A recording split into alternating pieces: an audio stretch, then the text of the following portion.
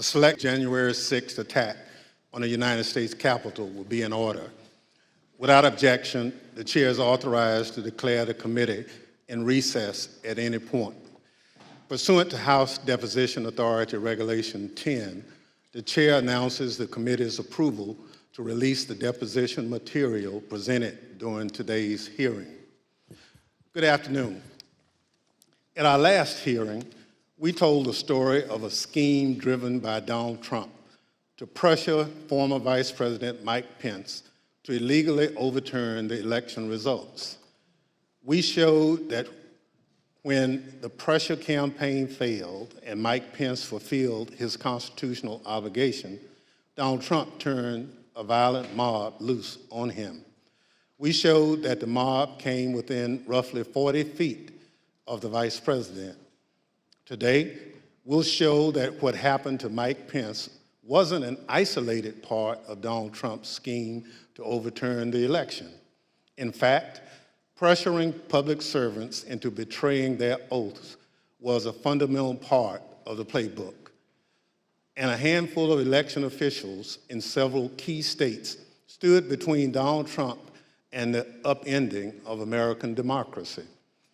As we begin today, it's important to remember when we count the votes for president, we count the votes state by state. For the most part, the candidates who win the popular vote in a state wins all the state's electoral college votes. And whoever wins a majority of the electoral college votes wins the presidency.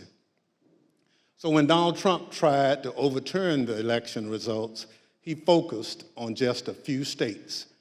He wanted officials at the local and state level to say the vote was tainted by widespread fraud and throw out the results, even though, as we showed last week, there wasn't any voter fraud that could have overturned the election results. And like Mike Pence, these public servants wouldn't go along with Donald Trump's scheme. And they wouldn't embrace the big lie and substitute the will of the voters with Donald Trump's will to remain in power. Donald Trump worked to ensure they face the consequences. Threats to people's livelihood and lives. Threats of violence that Donald Trump knew about and amplified. And in our other hearings, we can't just look backward at what happened in late 2020 and in the early 2021 because the danger hadn't gone away. Our democracy endured a mighty test on January 6th and in the days before. We say our institutions held. But what does that really mean? Democratic institutions aren't abstractions or ideas.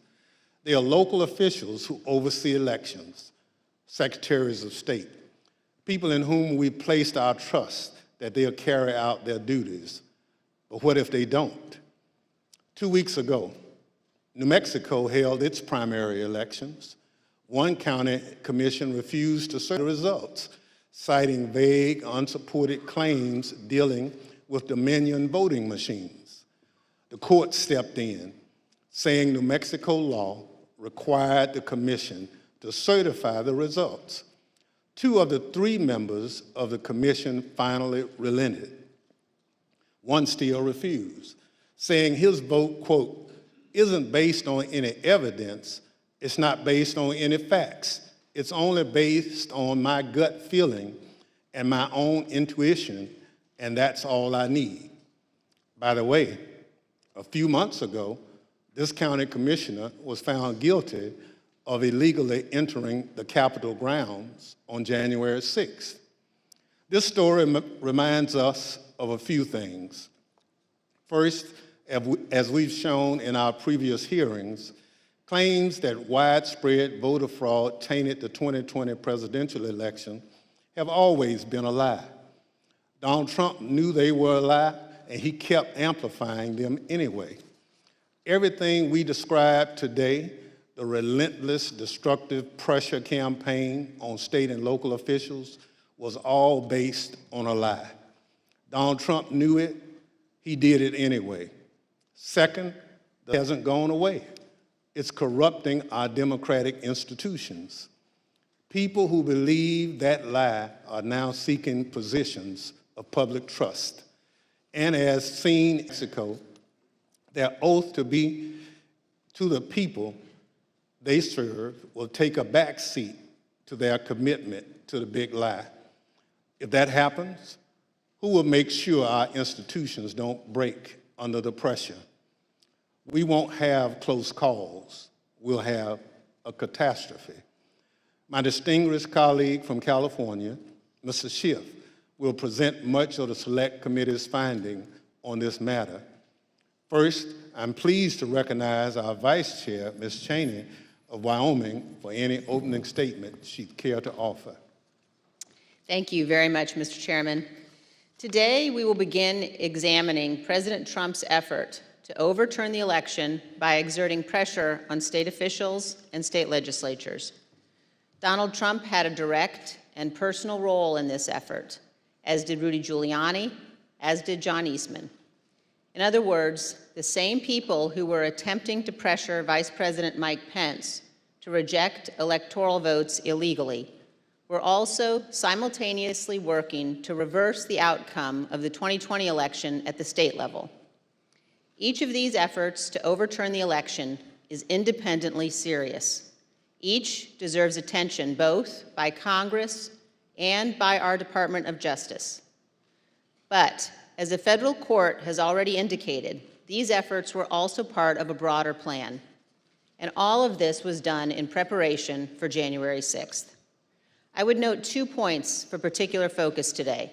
First, today you will hear about calls made by President Trump to officials of Georgia and other states. As you listen to these tapes, keep in mind what Donald Trump already knew at the time he was making those calls. He had been told over and over again that his stolen election allegations were nonsense. For example, this is what former Attorney General Bill Barr said to President Trump about allegations in Georgia. We took a hard look at this ourselves, and based on our review of it, including the interviews of the key witnesses, the Fulton County allegations had no merit. The ballots under the table were legitimate ballots. They weren't in a suitcase. They had been pre-opened for eventually feeding into the machine. All the stuff about the water leak and that there was some subterfuge involved. We felt there was some confusion, but there was no evidence of a subterfuge to create an opportunity to feed things into the count. And so we didn't see any evidence of fraud in the Fulton County episode. And Acting Deputy Attorney General Richard Donahue told Donald Trump this. And I said something to the effect of, sir, we've done dozens of investigations, hundreds of interviews. The major allegations are not supported by the evidence developed. Mr. Trump was told by his own advisors that he had no basis for his stolen election claims, yet he continued to pressure state officials to change the election results. Second, you will hear about a number of threats and efforts to pressure state officials to reverse the election outcome. One of our witnesses today, Gabriel Sterling, explicitly warned President Trump about potential violence on December 1st, 2020, more than a month before January 6th. You will see excerpts from that video repeatedly today. It has all gone too far. All of it. Joe DeGenova today asked for Chris Krebs, a patriot who ran CISA, to be shot. A 20-something tech in Gwinnett County today has death threats and a noose put out saying he should be hung for treason because he was transferring a report on batches from an EMS to a county computer so he could read it. It has to stop. Mr. President, you have not condemned these actions or this language. Senators, you have not condemned this language or these actions. This has to stop. We need you to step up, and if you're going to take a position of leadership, show some. My boss, Secretary Raffensperger, his address is out there. They have people doing caravans in front of their house. They've had people come onto their property. It has to stop. This is elections. This is the backbone of democracy, and all of you who have not said a damn word are complicit in this. The point is this: Donald Trump did not care about the threats of violence. He did not condemn them. He made no effort to stop them. He went forward with his fake allegations anyway. One more point. I would urge all of those watching today to focus on the evidence the committee will present. Don't be distracted by politics. This is serious. We cannot let America become a nation of conspiracy theories and thug violence. Finally, I want to thank our witnesses today for all of your service to our country. Today, all of America will hear about the selfless actions of these men and women who acted honorably to uphold the law, protect our freedom, and preserve our Constitution.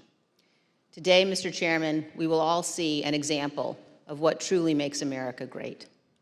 Thank you, Mr. Chairman. I yield back. Without objection, the chair recognizes the gentleman from California, Mr. Schiff, for an opening statement. Thank you, Mr. Chairman and Madam Vice Chair. On November 3rd, 2020, Donald Trump ran for re-election to the office of the presidency, and he lost. His opponent, Joe Biden, finished ahead in the key battleground states of Arizona, Michigan, Wisconsin, Pennsylvania, Georgia, and elsewhere. Nevertheless, and for the first time in history, the losing presidential candidate fought to hold on to power. As we have seen in previous hearings, he did so through a variety of means. On Election Day, he sought to stop the counting of the vote, knowing that the millions of absentee ballots elections officials would be counting on Election Day and thereafter would run strongly against him and deliver a victory to Joe Biden. Next, and when he could not stop the counting, he tried to stop state legislatures and governors from certifying the results of the election. He went to court and filed dozens of frivolous lawsuits, making unsubstantiated claims of fraud. When that too failed, he mounted a pressure campaign directed at individual state legislators to try to get them to go back into session and either declare him the winner, decertify Joe Biden as the winner, or send two slates of electors to Congress, one for Biden and one for him, and pressure Vice President Pence to choose him as the winner. But the state legislatures wouldn't go along with this scheme, and neither would the vice president. None of the legislatures agreed to go back into special session and declare him the winner. No legitimate state authority in the states Donald Trump lost would agree to appoint fake Trump electors and send them to Congress. But this didn't stop the Trump campaign either.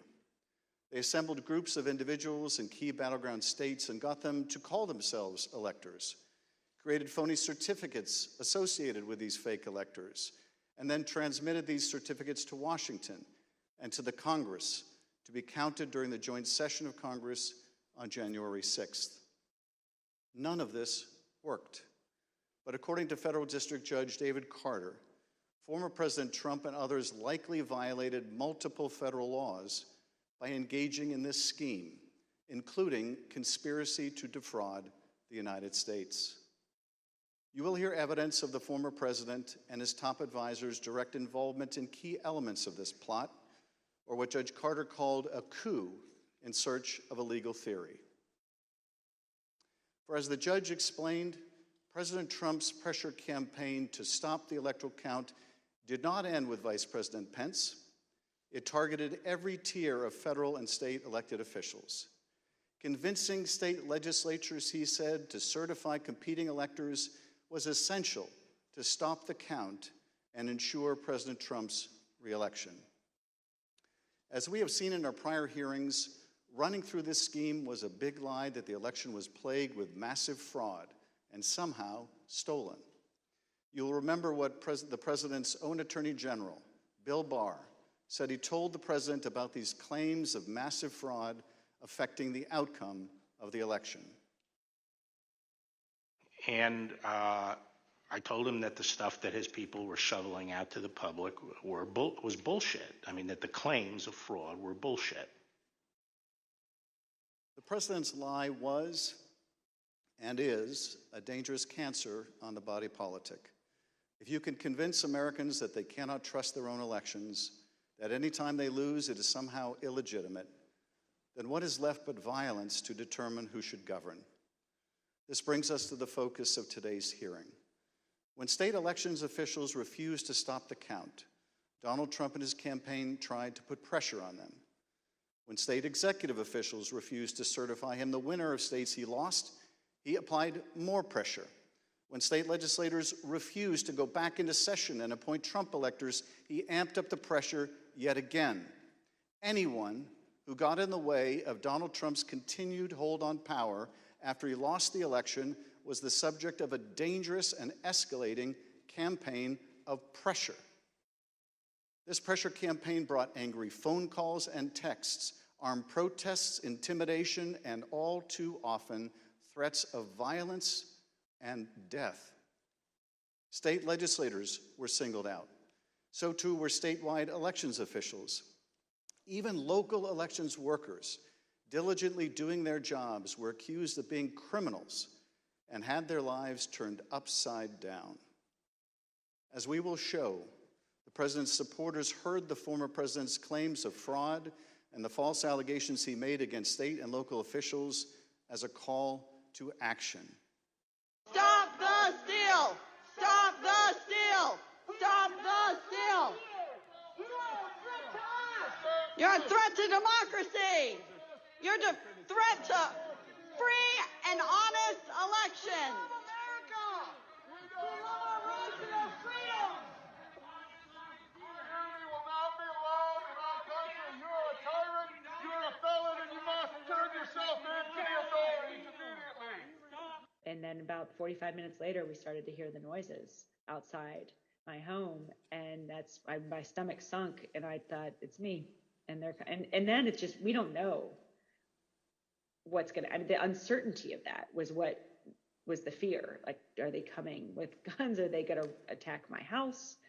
I'm in here with my kid. You know, I'm trying to put him to bed, and so it was. That was the scariest moment, just not knowing what was going to happen.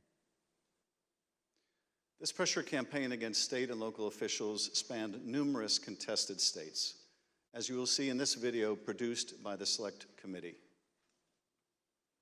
My name is Josh Roselman. I'm an investigative counsel for the House Select Committee to investigate the January 6th attack on the United States Capitol.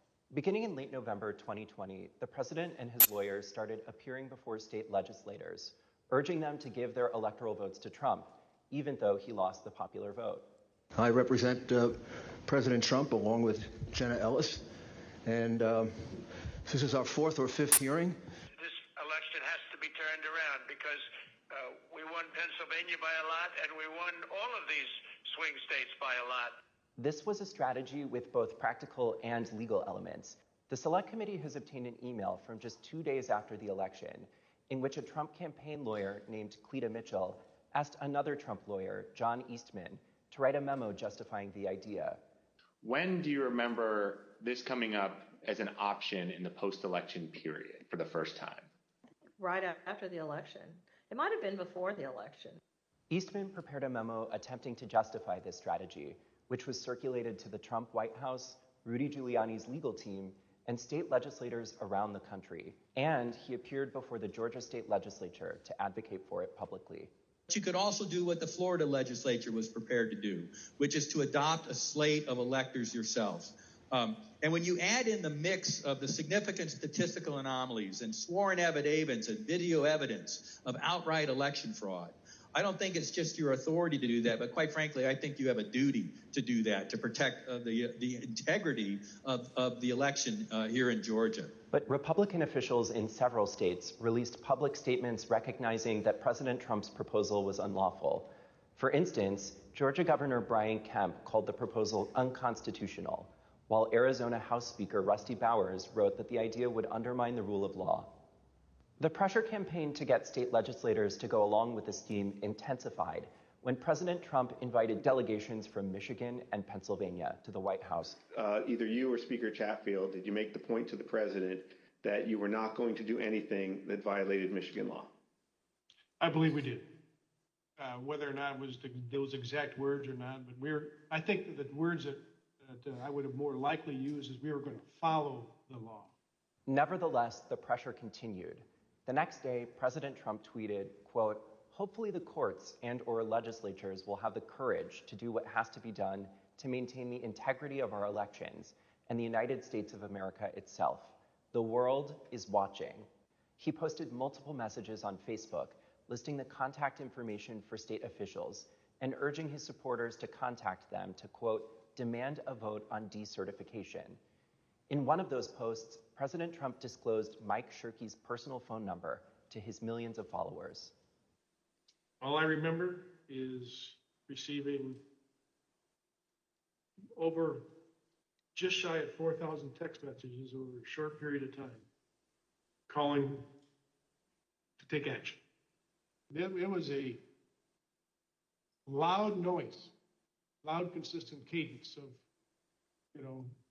we heard that the Trump folks are calling and asking for changes in the electors, and you guys can do this. Well, they were believing things that were untrue. These efforts also involved targeted outreach to state legislators. Hi, Representative. My name is Angela McCallum. I'm calling from Trump campaign headquarters in Washington, D.C. You do have the power to reclaim your authority and send a slate of electors that will support President Trump and Vice President Pence. From President Trump's lawyers and from Trump himself. And I've become friendly with legislators that I didn't know 4 weeks ago. Another legislator, Pennsylvania House Speaker Brian Cutler, received daily voicemails from Trump's lawyers in the last week of November. Mr. Speaker, this is Rudy Giuliani and Jenna Ellis. We're calling you together because we'd like to discuss, obviously, the election. Hello, Mr. Speaker. This is Jenna Ellis, and I'm here with Mayor Giuliani. Hey, Brian, it's Rudy. I really have something important to call to your attention that I think really changes things. Cutler felt that the outreach was inappropriate and asked his lawyers to tell Rudy Giuliani to stop calling, but Giuliani continued to reach out. I understand that you don't want to talk to me now. I just want to bring some facts to your attention and talk to you as a fellow Republican. On December 30th, Trump ally Steve Bannon announced a protest at Cutler's home. We're getting on the road and we're going down to Cutler. We're going to start going to offices, and if we have to, we're going to go to homes, and we're going to let them know what we think about them. There were multiple protests. I actually don't remember the exact number. There was at least 3, I think, outside either my district office or my home. And you're correct, my son, my then 15-year-old son, was home by himself for the first one. All of my personal information was doxed online. It was my personal email, my personal cell phone, my home phone number. In fact, we had to disconnect our home phone for about 3 days because it would ring all hours of the night and would fill up with messages.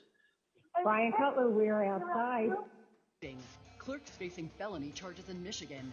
Poll watchers denied access in Pennsylvania. These ads were another element in the effort. The Trump campaign spent millions of dollars running ads online and on television.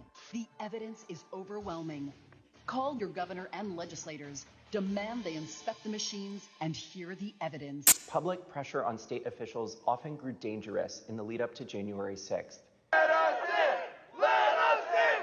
Let us in! Let us in! Special session! Special session! Special session! We'll light the whole shit on fire. What are we going to do? What can you and I do to a state legislator besides kill him? Although we should not do that. I'm not advising that, but I mean, what else can you do, right? The punishment for treason is death. The state pressure campaign and the danger it posed to state officials and to state capitals around the nation was a dangerous precursor to the violence we saw on January 6th at the U.S. Capitol. Today you will hear from Rusty Bowers, the Republican Speaker of the Arizona House of Representatives. He will tell us about his conversations with the President, with Rudy Giuliani and John Eastman, and what the President's team asked of him and how his oath of office would not permit it. You will then hear from Brad Raffensperger, the Republican Secretary of State of Georgia, who Trump directed to, quote, find 11,780 votes that did not exist, but just the exact number of votes needed to overtake Joe Biden. You will also hear from Gabriel Sterling, the chief operating officer, his chief operating officer, about the spurious claims of fraud in the elections in Georgia, and who, responding to a cascading set of threats to his elections team, warned the president to stop, that someone was going to get killed. And you will hear from Wandrea Shea Moss, a former local elections worker in Fulton County, Georgia, about how all of the lies about the election impacted the lives of real people who administer our elections and still do. You will hear what they experienced when the most powerful man in the world, the President of the United States, sought to cling to power after being voted out of office by the American people. The system held, but barely. And the system held because people of courage, Republicans and Democrats, like the witnesses you will hear today, put their oath to the country and Constitution above any other consideration. They did their jobs, as we must do ours. Thank you, Mr. Chairman, and I yield back. I now welcome our first panel of witnesses. We're joined today by a distinguished legislator from Arizona, Rusty Bowers, who's a Republican Speaker of the Arizona House of Representatives. Mr. Bowers was first elected to the state legislature in 1993 and has served as Speaker since 2019. Welcome, Speaker Bowers. Brad Raffensperger is the 29th Secretary of State of Georgia, serving in this role since 2019. As an elected official and a Republican, Secretary Raffensperger is responsible for supervising elections in Georgia and maintaining the state's public records. Welcome, Mr. Secretary. Gabriel Sterling is the Chief Operating Officer in the Georgia Secretary of State's office. Mr. Sterling was the statewide voting systems implementation manager for the 2020 election in Georgia, responsible for leading the Secretary of State's response to the COVID pandemic and rolling out modernized voting equipment. I will swear in our witnesses. The witnesses will please stand and raise their right hand. Do you swear or affirm on the penalty of perjury that the testimony you're about to give is the truth, the whole truth, and nothing but the truth, so help you God? Thank you. Please be seated. Let the record reflect that the witnesses answered in the affirmative. Speaker Bowers, thank you for being with us today. You're the Speaker of the Arizona House and a self-described conservative Republican. You campaigned for President Trump and with him during the 2020 election. Is it fair to say that you wanted Donald Trump to win a second term in office? Please. Yes, sir. Thank you. And is it your understanding that President Biden was the winner of the popular vote in Arizona in 2020? Yes, sir. Thank you. Pursuant to Section 5C8 of House Resolution 503, the chair recognizes the gentleman from California, Mr. Schiff, for questions. Speaker Bowers, thank you for being with us today. Before we begin with the questions that I had prepared for you, I wanted to ask you about a statement that former President Trump issued, which I received just prior to the hearing. Have you had a chance to review that statement? My counsel called from Arizona and read it to me. Yes, sir. In that statement, I won't read it in its entirety. Former President Trump begins by calling you a rhino, Republican in name only. He then references a conversation in November 2020 in which he claims that you told him that the election was rigged and that he had won Arizona. To quote the former president, during the conversation, he told me the election was rigged and that I won Arizona, unquote. Did you have such a conversation with the president? Did have a conversation with the president.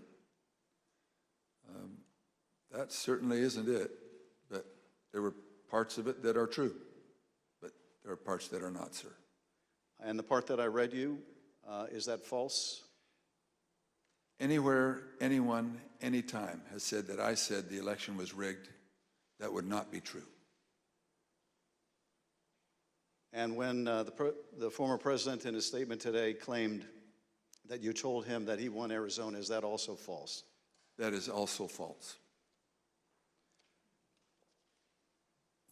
Mr. Bowers, I understand that after the election, and I don't know whether this is the conversation the former president is referring to, but after the election, you received a phone call from President Trump and Rudy Giuliani in which they discussed the result of the presidential election in Arizona. If you would, tell us about that call and whether the former president or Mr. Giuliani raised allegations of election fraud. Thank you. My wife and I had returned from attending our church meetings. It was on a Sunday, and we were still in the driveway, and I had received a call from a colleague telling me that the White House was trying to get in touch with her and I, and that she said, please, if you get a call, let's try to take this together. Immediately, I saw that the White House on my Bluetooth was calling, and I took the call and was asked by I would presume the operator at the White House if I would hold for the president, which I did, and Mr. Giuliani came on first, and niceties. Then Mr. Trump, President Trump, then President Trump came on, and we initiated a conversation. During that conversation, did you ask Mr. Giuliani for proof of these allegations of fraud that he was making? On multiple occasions, yes. And when you asked him for evidence of this fraud, what did he say? He said that they did have proof, and I asked him, do you have names? For example, we have 200,000 illegal immigrants, some large number, 5,000 or 6,000 dead people, etc. And I said, do you have their names? Yes. Will you give them to me? Yes. The president interrupted and said, give the man what he needs, Rudy. He said, I will. And that happened on at least 2 occasions, that interchange in the conversation. So Mr. Giuliani was claiming in the call that there were hundreds of thousands of undocumented people and thousands of dead people who had purportedly voted in the election? Yes. And you asked him for evidence of that? I did. And did you ever receive from him that evidence either during the call, after the call, or to this day? Never. What was the ask during this call? He was making these allegations of fraud, but he had something or a couple things that they wanted you to do. What were those? The ones I remember were first that we would hold, that I would allow an official committee at the Capitol so that they could hear this evidence and that we could take action thereafter. And I refused. I said, up to that time, the circus, I called it a circus, had been brewing with lots of demonstrations, both at the counting center, at the Capitol, and other places. And I didn't want to have that in the House. I did not feel that the evidence, granted in its absence, merited a hearing, and I didn't want to be used as a pawn if there was some other need that the committee hearing would fulfill. So that was the first ask, that we hold an official committee hearing. And what was his second ask? I said, to what end? To what end the hearing? He said, well, we have heard by an official high up in the Republican legislature that there is a legal theory or a legal ability in Arizona that you can remove the electors of President Biden and replace them. And we would like to have the legitimate opportunity through the committee to come to that end and remove that. And I said, that's something that's totally new to me. I've never heard of any such thing. And he pressed that. And I said, look, You are asking me to do something that is counter to my oath when I swore to the Constitution to uphold it, and I also swore to the Constitution and the laws of the state of Arizona, and this is totally foreign as an idea or a theory to me, and I would never do anything of such magnitude without deep consultation with qualified attorneys. And I said, I've got some good attorneys, and I'm going to give you their names. But you are asking me to do something against my oath, and I will not break my oath. And I think that was up to that point. During the conversation, and you heard, I think, when we played a snippet of Mr. Giuliani calling other state legislators and saying that he was calling us essentially a fellow Republican, did he make a similar appeal to you or bring up the fact that you shared a similar party? Whether it was in that call or in a later meeting, he did bring that up more than once. And how would he bring that up? He would say, aren't we all Republicans here? I would think we would get a better reception. I mean, I would think you would listen a little more open to my suggestions, that we're all Republicans. And this evidence that you asked him for that would justify this extraordinary step, I think you said they never produced. Why did you feel, either in the absence of that evidence or with it, what they were asking you to do would violate your oath to the Constitution? First of all, when the people, and in Arizona, I believe some 40 plus years earlier, the legislature had established the manner of electing our officials, or the electors for the presidential race. Once it was given to the people, as in Bush v. Gore, illustrated by the Supreme Court, it becomes a fundamental right of the people.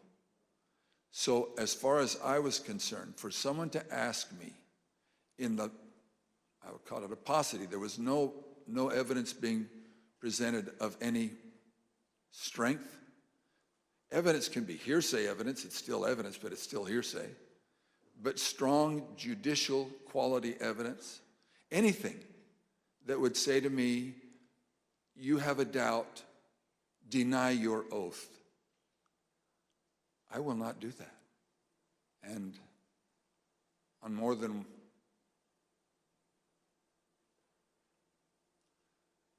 one occasion throughout all this, that has been brought up, and it is a tenet of my faith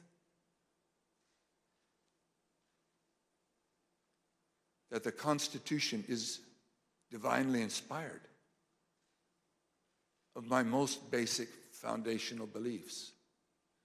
And so for me to do that because somebody just asked me to is foreign to my very being.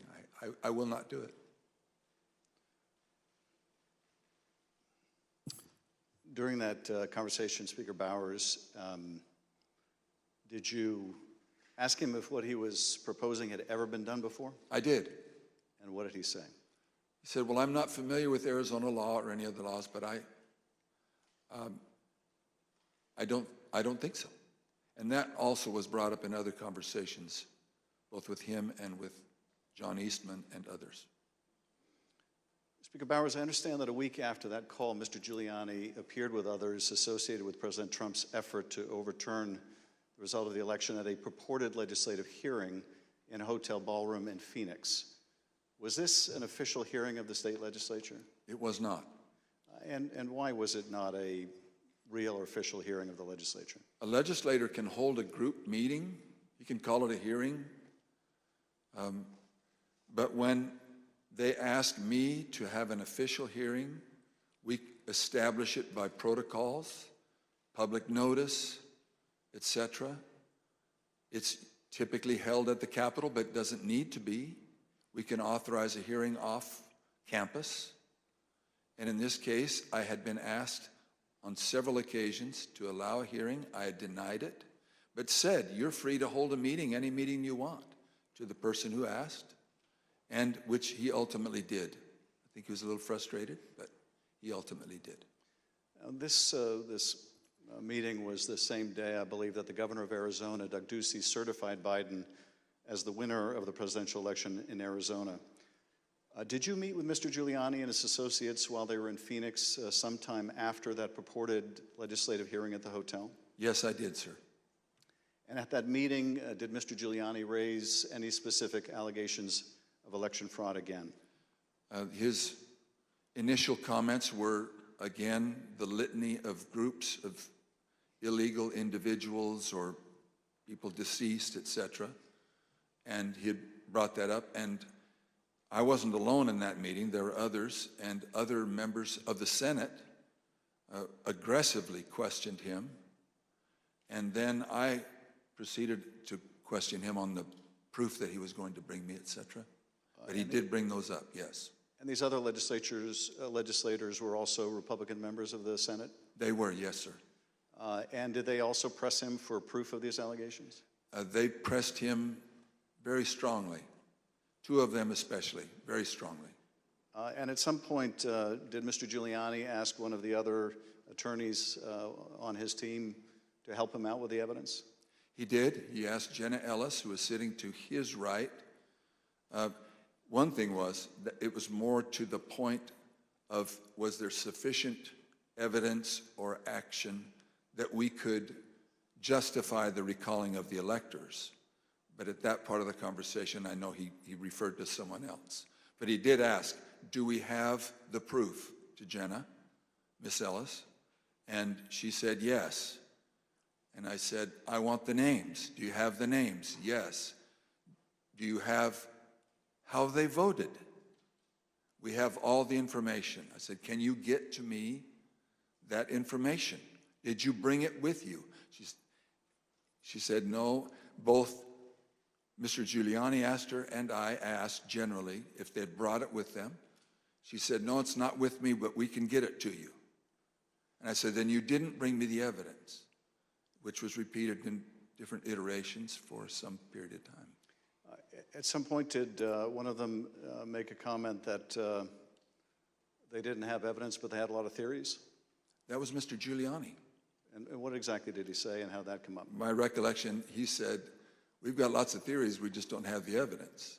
And I don't know if that was a gaffe, or maybe he didn't think through what he said, but both myself and others in my group, the three in my group and my council, both remembered that specifically, and afterwards we kind of laughed about it. And you know, getting back to the ask in that phone call that preceded this meeting, he wanted you to have the legislature dismiss the Biden electors and replace them with Trump electors on the basis of these theories of fraud? He did not say it in those exact words, but he did say that Arizona law, according to what he understood, that would be allowed and that we needed to come into session to take care of that, which initiated a discussion about, again, what I can legally and not legally do, and I can't go into session in Arizona unilaterally or on my sole prerogative. In this meeting or at any other later time, did anyone provide you with evidence of election fraud sufficient to affect the outcome of the presidential election in Arizona? No one provided me ever such evidence. The Select Committee has uncovered evidence in the course of our investigation that had stopped the steal protests at state capitals across the country. There were individuals with ties to the groups or parties involved in the January 6th attack on the U.S. Capitol. One of those incursions took place in the Arizona House of Representatives building, as you can see in this footage.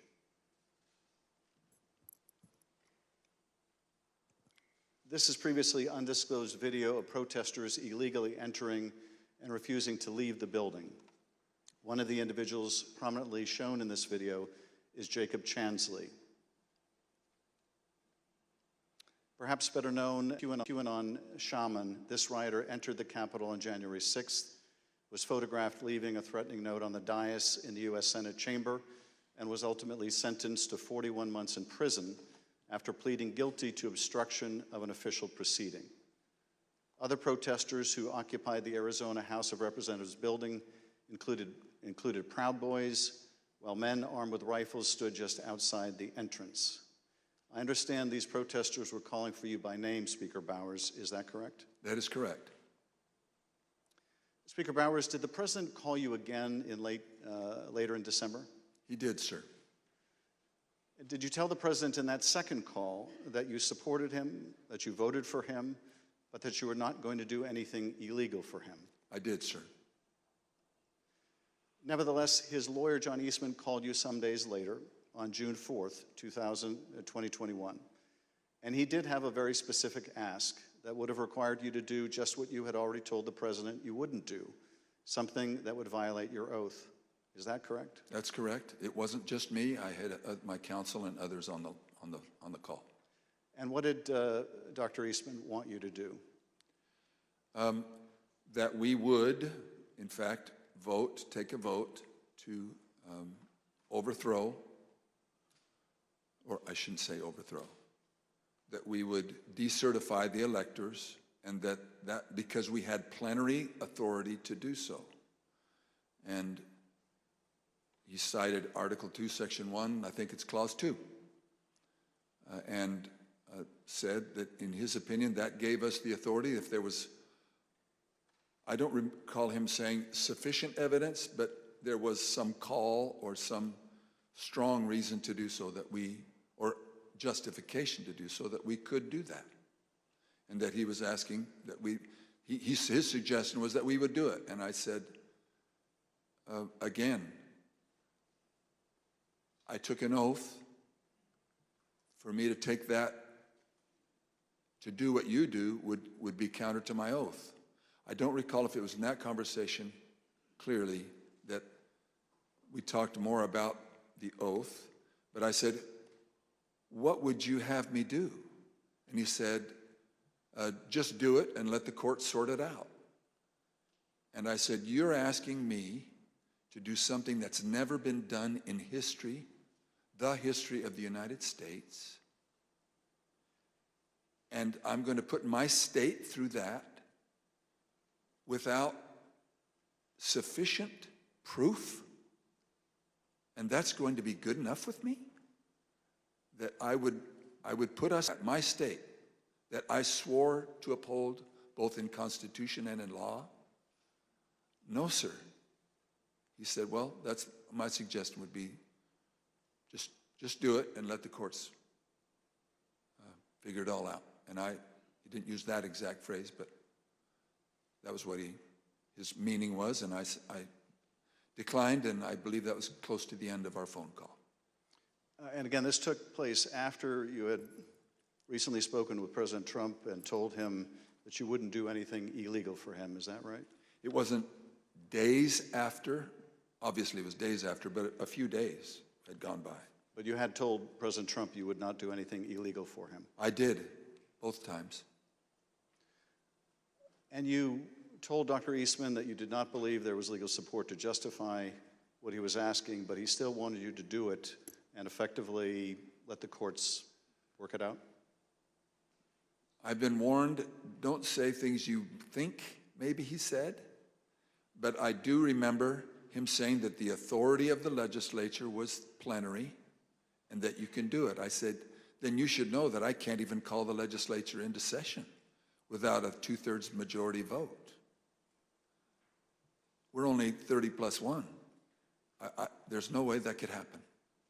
But in your view, what he was asking you to do would have violated your oath to the Constitution, both the United States Constitution and the Constitution of the state of Arizona? Yes, sir. Did you also receive a call from U.S. Representative Andy Biggs of Arizona on the morning of January 6th? I did. And what did Mr. Biggs ask you to do? I believe that was the day that the vote was occurring to each state to have certification, or to declare the certification of the electors. And he asked if I would sign on both to a letter that had been sent from my state and or that I would support the decertification of the electors. And I said I would not. Mr. Speaker, on December 4th, 2020, shortly after your meeting with Rudy Giuliani and other allies of President Trump, you released a statement publicly addressing, quote, calls for the legislature to overturn the 2020 certified election results. The statement is very straightforward in explaining the, quote, breathtaking request, unquote, made by representatives of President Trump. quote, that the Arizona legislature overturn the certified results of last month's election and deliver the state's electoral college votes to President Trump, unquote. Why did you believe, as you wrote in this statement, that the rule of law forbid you from doing what President Trump and his allies wanted you to do? Representative, I'm sorry, I should be saying, Mr. Chairman, Representative Schiff, there's two sides to the answer. One is, what am I allowed to do, and what am I forbidden to do?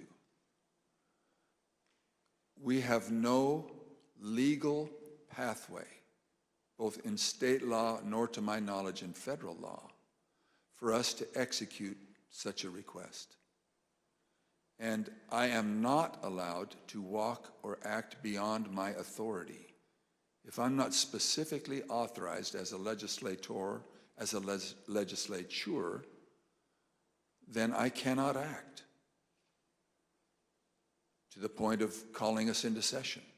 Some say that just a few legislators have plenary authority, and that has come as part of all of this discussion, I'll call it.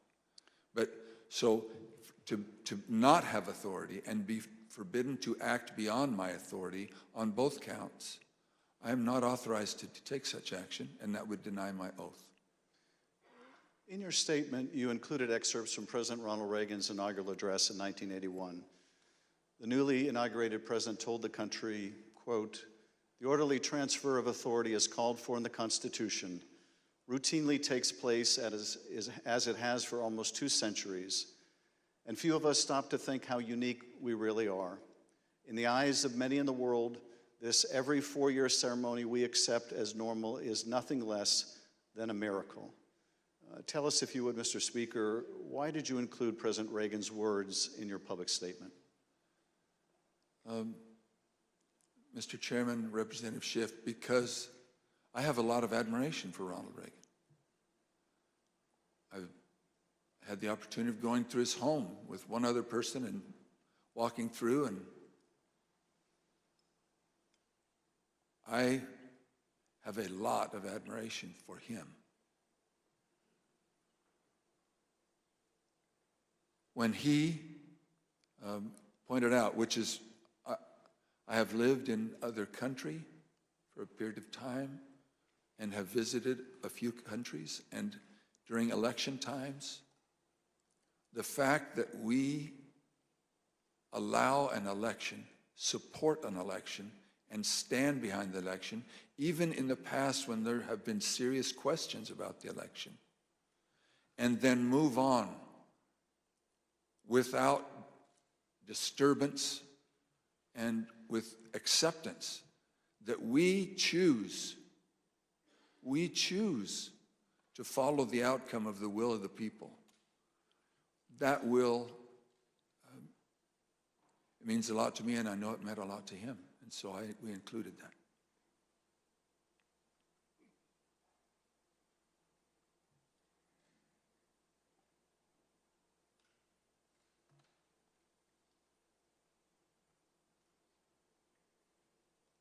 Thank you, Speaker Bowers.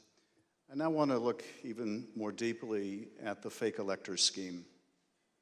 Every 4 years, citizens from all over the United States go to the polls to elect their president. Under our Constitution, when we cast our votes for president, we are actually voting to send electors pledged to our preferred candidate to the Electoral College. In December, the electors in each state meet, cast their votes, and send those votes to Washington. There is only one legitimate slate of electors from each state. On the 6th day of January, Congress meets in a joint session to count those votes, and the winner of the Electoral College vote becomes the president. In this next segment, you'll hear how President Trump and his campaign were directly involved in advancing and coordinating the plot to replace legitimate Biden electors with fake electors not chosen by the voters. You'll hear how this campaign convinced these fake electors to cast and submit their votes through certificates, telling them that their votes would only be used in the event that President Trump won his legal challenges. Yet when the president lost those legal challenges, when courts rejected them as frivolous and without merit, the fake elector scheme continued. At this point, President Trump's own lawyers, so-called Team Normal, walked away rather than participate in the plan. And his own White House counsel's office said that the plan was not legally sound. Let's play the following video produced by the Select Committee. My name is Casey Lucier. I'm an investigative counsel for the House Select Committee to investigate the January 6th attack on the United States Capitol. On November 18th, a lawyer working with the Trump campaign named Kenneth Cheeseborough wrote a memo arguing that the Trump campaign should organize its own electors in the swing states that President Trump had lost. The Select Committee received testimony that those close to President Trump began planning to organize fake electors for Trump in states that Biden won in the weeks after the election. Who do you remember being involved in those early discussions around the Thanksgiving time regarding having alternate electors meet? Mr. Giuliani, several of Mr. Giuliani's associates, Mr. Meadows,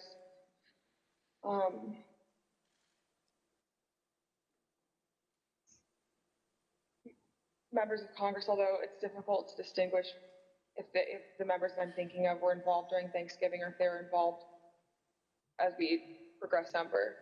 At the president's direct request, the RNC assisted the campaign in coordinating this effort. What did the president say when he called you? Essentially, he turned the call over to Mr. Eastman, who then proceeded to talk about the importance of the RNC helping the campaign gather these contingent electors in case any of the legal challenges that were ongoing changed the result of any of the states. I think more just helping them reach out and assemble them. But my understanding is the campaign did take the lead, and we just were helping them in that role. As President Trump and his supporters continued to lose lawsuits, some campaign lawyers became convinced that convening electors in states that Trump lost was no longer appropriate. I just remember I either replied or called somebody saying, unless we have litigation pending that's like in these states, like I don't think this is appropriate, or this isn't the right thing to do. I don't remember how I phrased it, but and I got into a little bit of a back and forth, and I think it was with Ken Cheeseborough, where I said, all right, you just get after it. Like I'm out.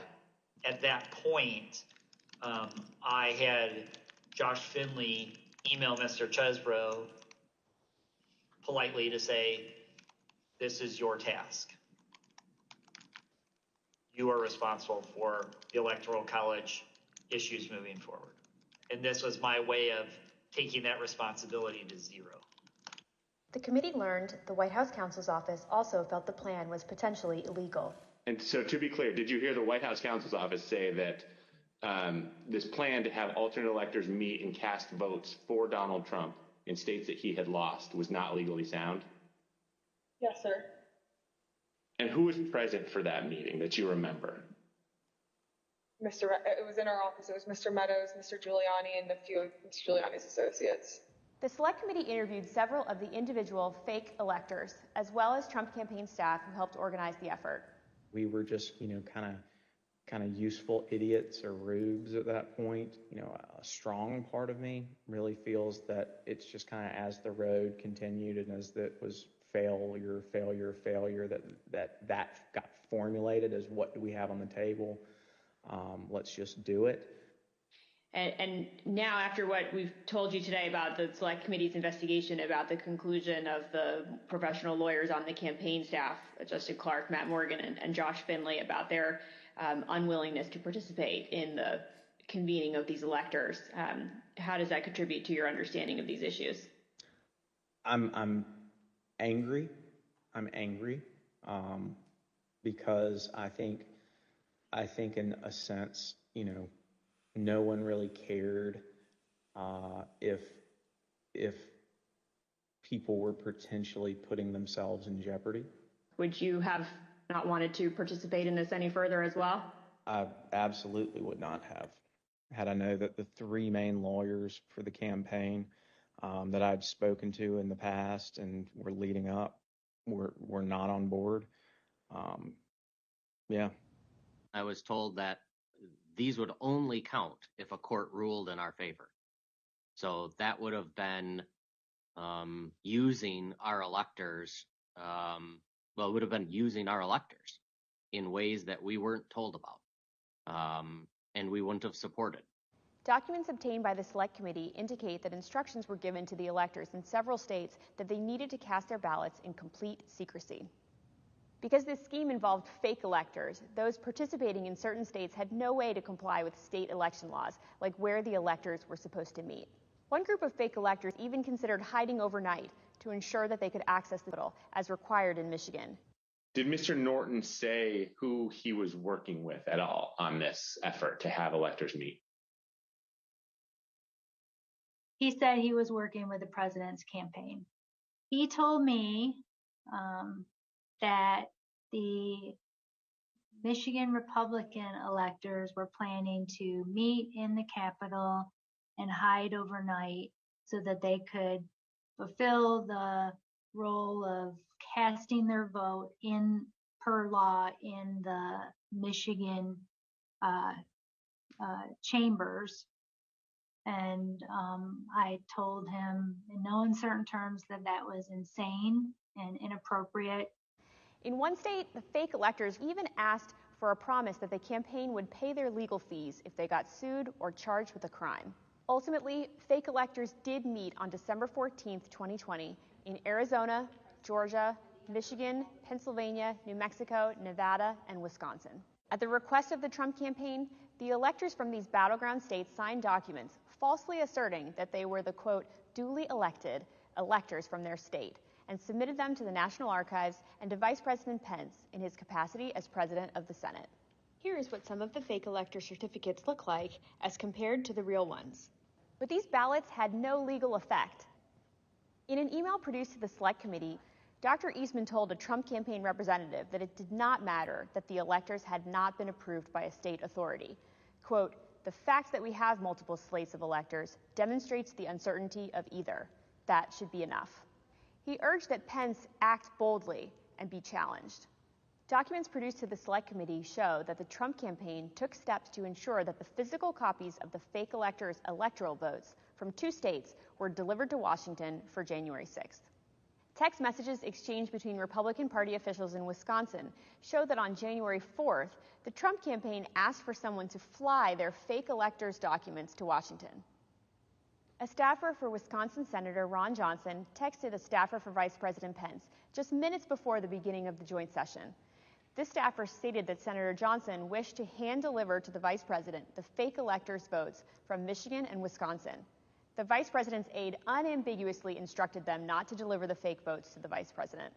Even though the fake elector slates were transmitted to Congress and the executive branch, the Vice President held firm in his position that his role was to count lawfully submitted electoral votes. Joseph R. Biden, Jr. of the state of Delaware has received 306 votes. Donald J. Trump of the state of Florida has received 232 votes. Which is what he did when the joint session resumed on January 6th after the attack on the Capitol.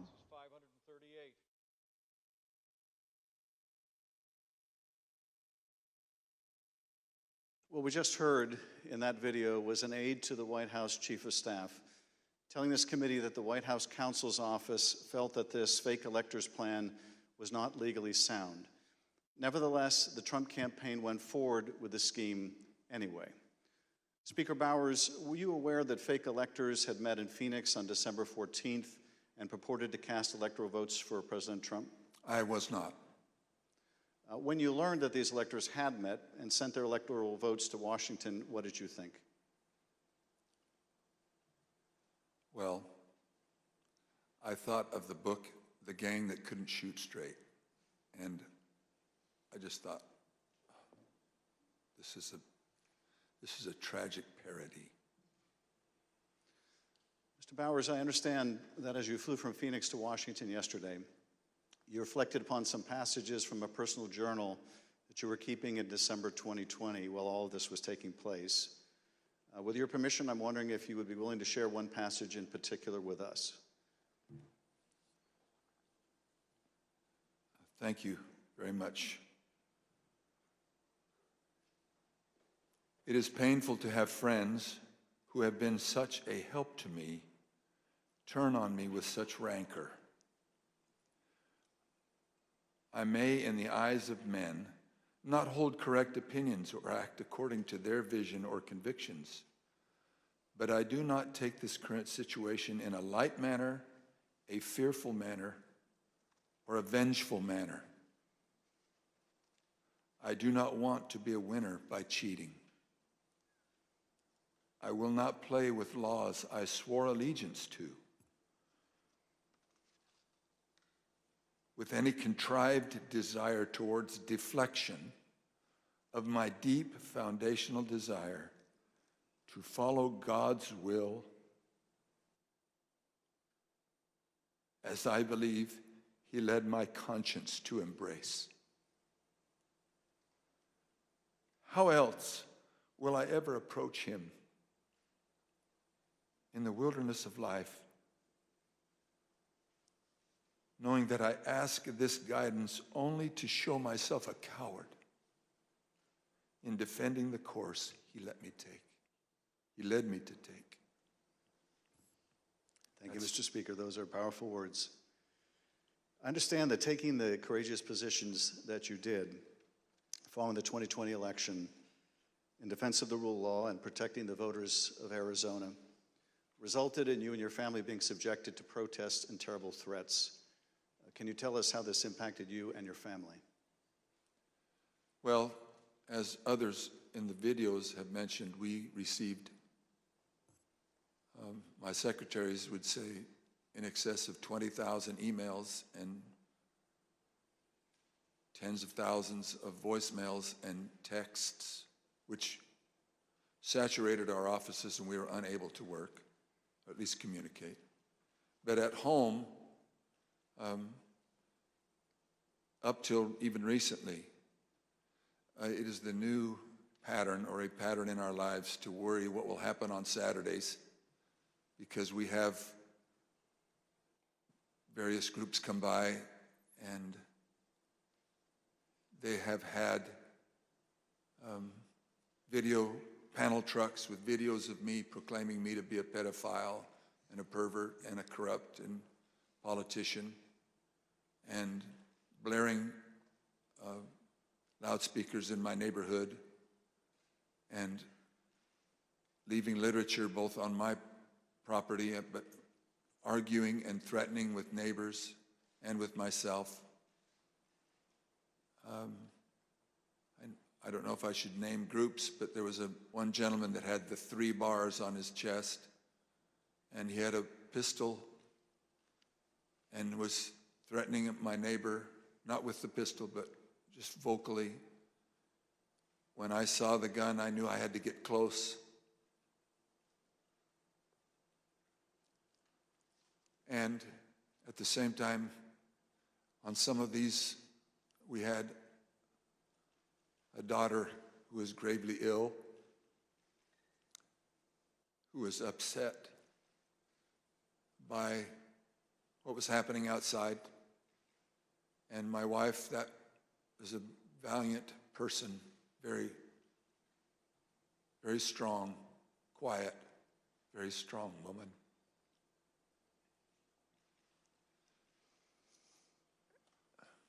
So it was disturbing. It was disturbing. Mr. Speaker, I want to thank you for your service to the state of Arizona and to the country. Mr. Chairman, at this point, I think it'd be appropriate to take a short recess. Accordingly, I reserve the balance of my time.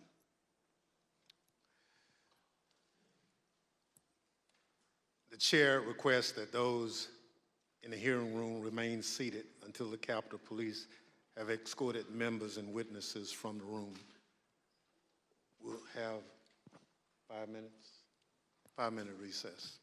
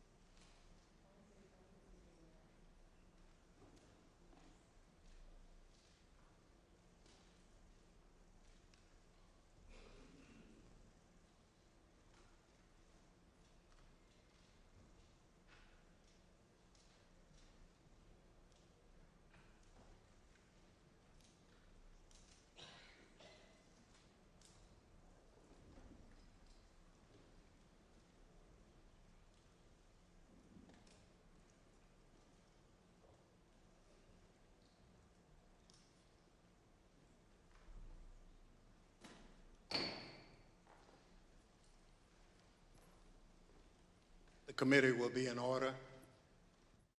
President Trump's pressure campaign against state officials existed in all the key battleground states that he lost. But the former president had a particular obsession with Georgia. Here is the president on the afternoon of January 6th, after his own attorney general warned him that the claims you are about to hear are patently false. They should find those votes. They should absolutely find that. Just over 11,000 votes, that's all we need. They defrauded us out of a win in Georgia, and we're not going to forget it. So the state of Georgia is where we will turn our attention to next. I want to emphasize that our investigation into these issues is still ongoing. As I stated in our last hearing, if you have relevant information or documentary evidence to share with the Select Committee, we welcome your cooperation. But we will share some of our findings with you today. Secretary Raffensperger, thank you for being here today.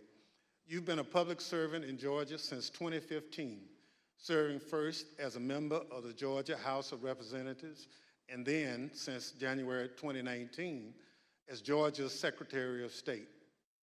As a self-described conservative Republican, is it fair to say that you wanted President Trump to win the 2020 election? Yes, it is. Mr. Secretary, many witnesses have told the Select Committee that Election Day, November 3rd, 2020, was a largely uneventful day in their home states. In spite of the challenges of conducting an election during a pandemic, you wrote in the Washington Post that the election was, quote, successful. Tell us, what was your impression of how Election Day had proceeded in Georgia? On Election Day in November, our election went remarkably smooth. In fact, we meet at the GEMA headquarters. That's the Georgia Energy Emergency Management Association meeting location, but we were following wait times in line. In the afternoon, our average wait time was 3 minutes statewide that we were recording for various precincts, and it actually got down to 2 minutes. And at the end of the day, we felt that we had a successful election from the standpoint of the administration and the operation of the election. Thank you. The chair recognizes the gentleman from California, Mr. Schiff. Thank you, Mr. Chairman. Secretary Raffensperger, did Joe Biden win the 2020 presidential election in Georgia, and by what margin? President Biden carried the state of Georgia by approximately 12,000 votes. And Mr. Secretary, as I understand it, your office took several steps to ensure the accuracy of the vote count in Georgia, reviewing the vote count in at least 3 different ways.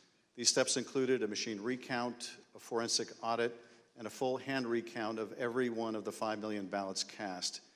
Did these efforts, including a recount of literally every ballot cast in the state of Georgia, confirm the result? Yes, they did. We counted the ballots where the first tabulation would be scanned. Then when we did our 100% hand audit of the all 5 million ballots in the state of Georgia, all cast in place, all absentee ballots, they were all hand recounted, and they came remarkably close to the first count. And then upon the election being certified, President Trump, because he was within 0.5%, could ask for a recount. And then we recounted them again through the scanners, and we got remarkably the same count. 3 counts, all remarkably close, which showed that President Trump did come up short. Nevertheless, as you will see, the president and his allies began making numerous false allegations of voter fraud. False allegations that you and Mr. Sterling, among others, had to address. Mr. Sterling, thank you also for being here today.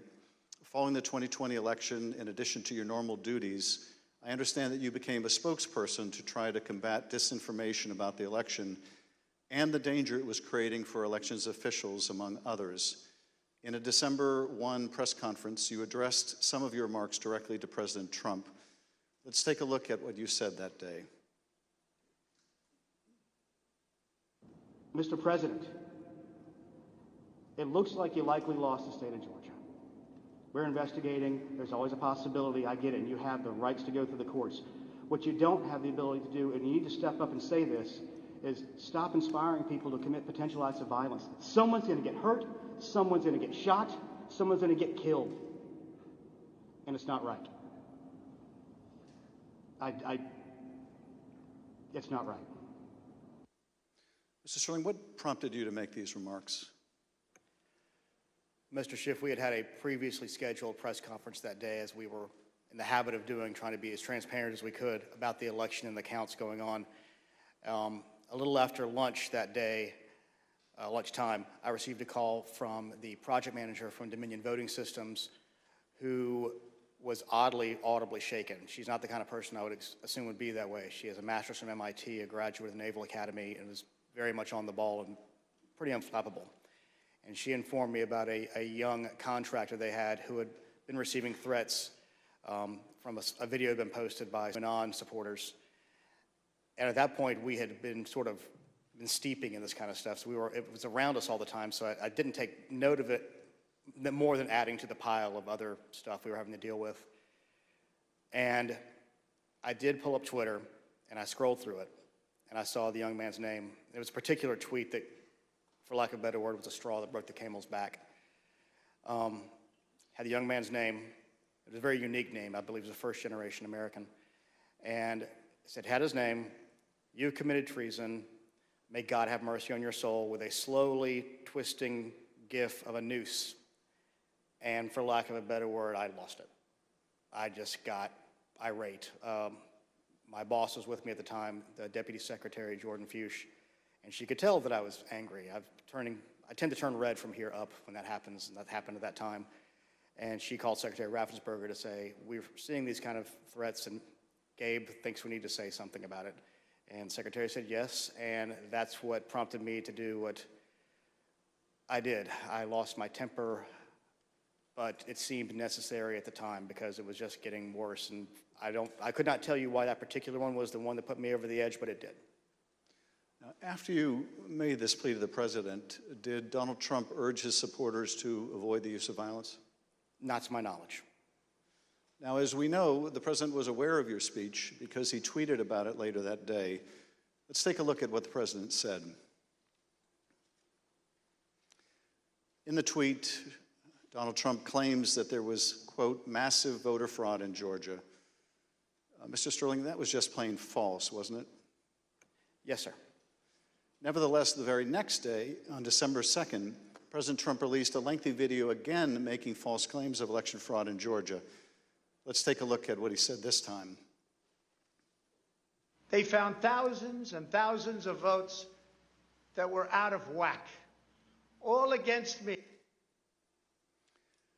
In fact, the day after Donald Trump released that video, so now we're talking just 2 days after the emotional warning that you gave that someone's going to get killed, representatives of President Trump appeared in Georgia, including Rudy Giuliani, and launched a new conspiracy theory that would take on a life of its own and threaten the lives of several innocent election workers. This story falsely alleges that sometime during election night, election workers at the State Farm Arena in Atlanta, Georgia, kicked out poll observers. After the observers left, the story goes, these workers pulled so-called suitcases of ballots from under a table and ran those ballots through counting machines multiple times. Completely without evidence, President Trump and his allies claimed that these suitcases contained as many as 18,000 ballots, all for Joe Biden. None of this was true. But Rudy Giuliani appeared before the Georgia State Senate and played a surveillance video from State Farm Arena, falsely claiming that it showed this conspiracy taking place. Here's a sample of what Mr. Giuliani had to say during that hearing. And when you look at what you saw on the video, which to me was a smoking gun, powerful smoking gun, well, I don't have to be a genius to figure out what happened. And I don't have to be a genius to figure out that those votes are not legitimate votes. You don't put legitimate votes under a table. No. Wait until you throw the opposition out, and in the middle of the night, count them. We would have to be fools to think that. President Trump's campaign amplified Giuliani's false testimony in a tweet pushing out the video footage. Giuliani likewise pushed out his testimony on social media, As you can see in this tweet, Mr. Giuliani wrote that it was, quote, now beyond doubt, unquote, that Fulton County Democrats had stolen the election. Later in this hearing, we'll hear directly from one of the election workers in this video about the effect these lies had on her and on her family. Mr. Sterling, did the investigators in your office review the entire surveillance tape from the State Farm Arena on election night? They actually reviewed approximately 48 hours going over the time period where action was taking place at the counting center at State Farm Arena. And what did the tape actually show? Depending on which time you want to start, because as was mentioned, this conspiracy theory took on a life of its own, where they conflated a water main break that wasn't a water main break and throwing observers out and a series of other things. What it actually showed was Fulton County election workers engaging in normal ballot processing. One of the things that was very frustrating was the so-called suitcases of ballots from under the table. If you watch the entirety of the video, you saw that these were election workers who were under the impression they were going to get to go home around 10:30. People are putting on their coats. They're putting ballots that are prepared to be scanned into ballot carriers that are then sealed with tamper-proof seals so that they're not messed with. It's an interesting thing because you watch there's 4 screens of the video, and as you're watching it, you can see the election monitors in the corner with the press as they're taking these ballot carriers and putting them under the table. You see it there. One of the other hidden ones, if you looked at the actual tape, was on the outside of the table, just from the camera angle. You couldn't see it originally. And this goes under the no good deed goes unpunished. We were told we were at GEMA, as the secretary pointed out, and we were told that it looked like they were shutting down the Fulton County counting. The secretary expressed some displeasure at that because we wanted to everybody keep counting so we could get to the results and know what was happening. So our elections director called their elections director, who was at another location because this was election day. There was 2 different places where ballot things were being done by the Fulton County office. So he called the elections director of Fulton, then called Ralph Jones, who was at the State Farm Arena, and said, "What the heck are you doing? Go ahead and stay." And as you watch the video itself, you see him take the phone call as people are putting things away and getting ready to leave. And you can tell for about 15-20 seconds he does not want to tell these people they have to stay. He walks over, he thinks about it for a second, you see him come back to the corner of a desk and kind of slumps his shoulders and says, "Okay, y'all, we got to keep on counting." And then you see him take their coats off, get the ballots out, and then a secondary thing that you'll see on there is you'll have people who are counting ballots who a batch will go through, they will take them off and run that through again. What happens there is a standard operating procedure. If there is a misscan, if there's a misalignment, if it doesn't read right, these are high-speed, high-capacity scanners. So 3 or 4 will, after a misscan, you have to delete that batch and put it back through again. And by going through the hand tally, as the secretary pointed out, we showed that if there had been multiple ballots scanned without a corresponding physical ballot, your counts would have been a lot higher than the ballots themselves. And by doing the hand tally, we saw 2 specific numbers that were met. The hand tally got us to a 0.1053% off of the total votes cast and 0.0099% on the margin, which is essentially dead-on accurate. Most academic studies say on a hand tally you'll have between 1% and 2%, but because we use ballot marking devices where it's very clear what the voter intended, it made it a lot easier for us to conduct that hand count and show that none of that was true. Now, I understand that when you reviewed these tapes and did the analysis, it disproved this conspiracy theory. But you still had to take a lot of steps to try to make sure the public knew the truth about these allegations. And you did frequent briefings for the press. Let's take a look at one of those press briefings, Mr. Sterling, that you held on December 7th to make the point that you just did today. Move on to what I'm going to call Disinformation Monday. Out of the gate, many of y'all saw the videotape from State Farm Arena. I spent hours with our post-certified investigators, Justin Gray from WSB, spent hours with us going over this video to explain to people that what you saw, the secret suitcases with magic ballots, were actually ballots that had been packed into those absentee ballot carriers by the workers in plain view of the monitors and the press. And what's really frustrating is the president's attorneys had this same videotape. They saw the exact same things the rest of us could see. and they chose to mislead state senators and the public about what was on that video. I'm quite sure that they will not characterize the video if they try to enter into evidence, because that is the kind of thing that could lead to sanctions, because it's obviously untrue. They knew it was untrue, and they continue to do things like this. Mr. Sterling, despite the efforts by your office to combat this misinformation by speaking out publicly and through local media, you were unable to match the reach of President Trump's platform and social media megaphone spreading these false conspiracy theories. What was it like to compete with a president who had the biggest bully pulpit in the world to push out these false claims? For lack of a better word, it was frustrating, but oftentimes I felt our information was getting out, but that there was a reticence of people who needed to believe it because the President of the United States, whom many looked up to and respected, was telling them it wasn't true, despite the facts. And I have characterized at one point, it was kind of like a shovel trying to empty the ocean. And yes, it was frustrating.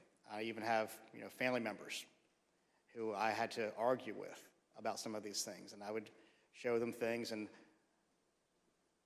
the problem you have is you're getting to people's hearts. I remember there's one specific, an attorney that we know that we showed and walked him through.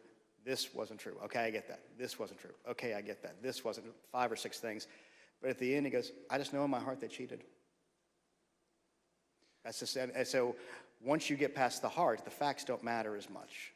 And our job, from our point of view, is to get the facts out, do our job, tell the truth, follow the Constitution, follow the law, and defend the institutions, and the institutions held.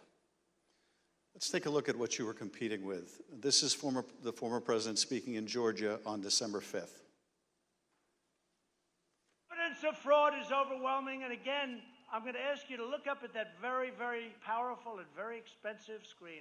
Hidden cases of possible ballots are rolled out from under a table. 4 people under a cloud of suspicion. So, if you just take the crime of what those Democrat workers were doing, and by the way, there was no water main break. They said there was no water main break. That's 10 times more than I need to win this state. 10 times more. It's 10 times, maybe more than that, but it's 10 times more because we lost by a very close number. In this committee's hearing last Monday, we heard from senior federal law enforcement officials, from the senior-most federal law enforcement official in Atlanta at the time, U.S. Attorney for the Northern District, B.J. Pack, as well as former Attorney General Bill Barr. They both testified that the allegations were thoroughly investigated and found to have no merit. Here is U.S. Attorney Pack. Attorney General Barr, I told him that we looked into it. We've done several things, including interviewing the witnesses. I listened to the tapes and reviewed the videotape myself, and that there's nothing there. Giuliani was wrong in representing that suitcase full of ballots. And here's what Attorney General Bill Barr had to say about the same allegations. Took a hard look at this ourselves, and based on our review of it, including the interviews of the key witnesses, the Fulton County allegations had no merit. We also have testimony from senior Department of Justice officials establishing that they specifically told President Trump that these allegations had been thoroughly investigated and were completely without merit. Here is Acting Deputy Attorney General Richard Donahue describing a phone conversation in which he specifically told President Trump that these allegations were false. The president kept fixating on this suitcase that supposedly had fraudulent ballots, and that the suitcase was rolled out from under the table.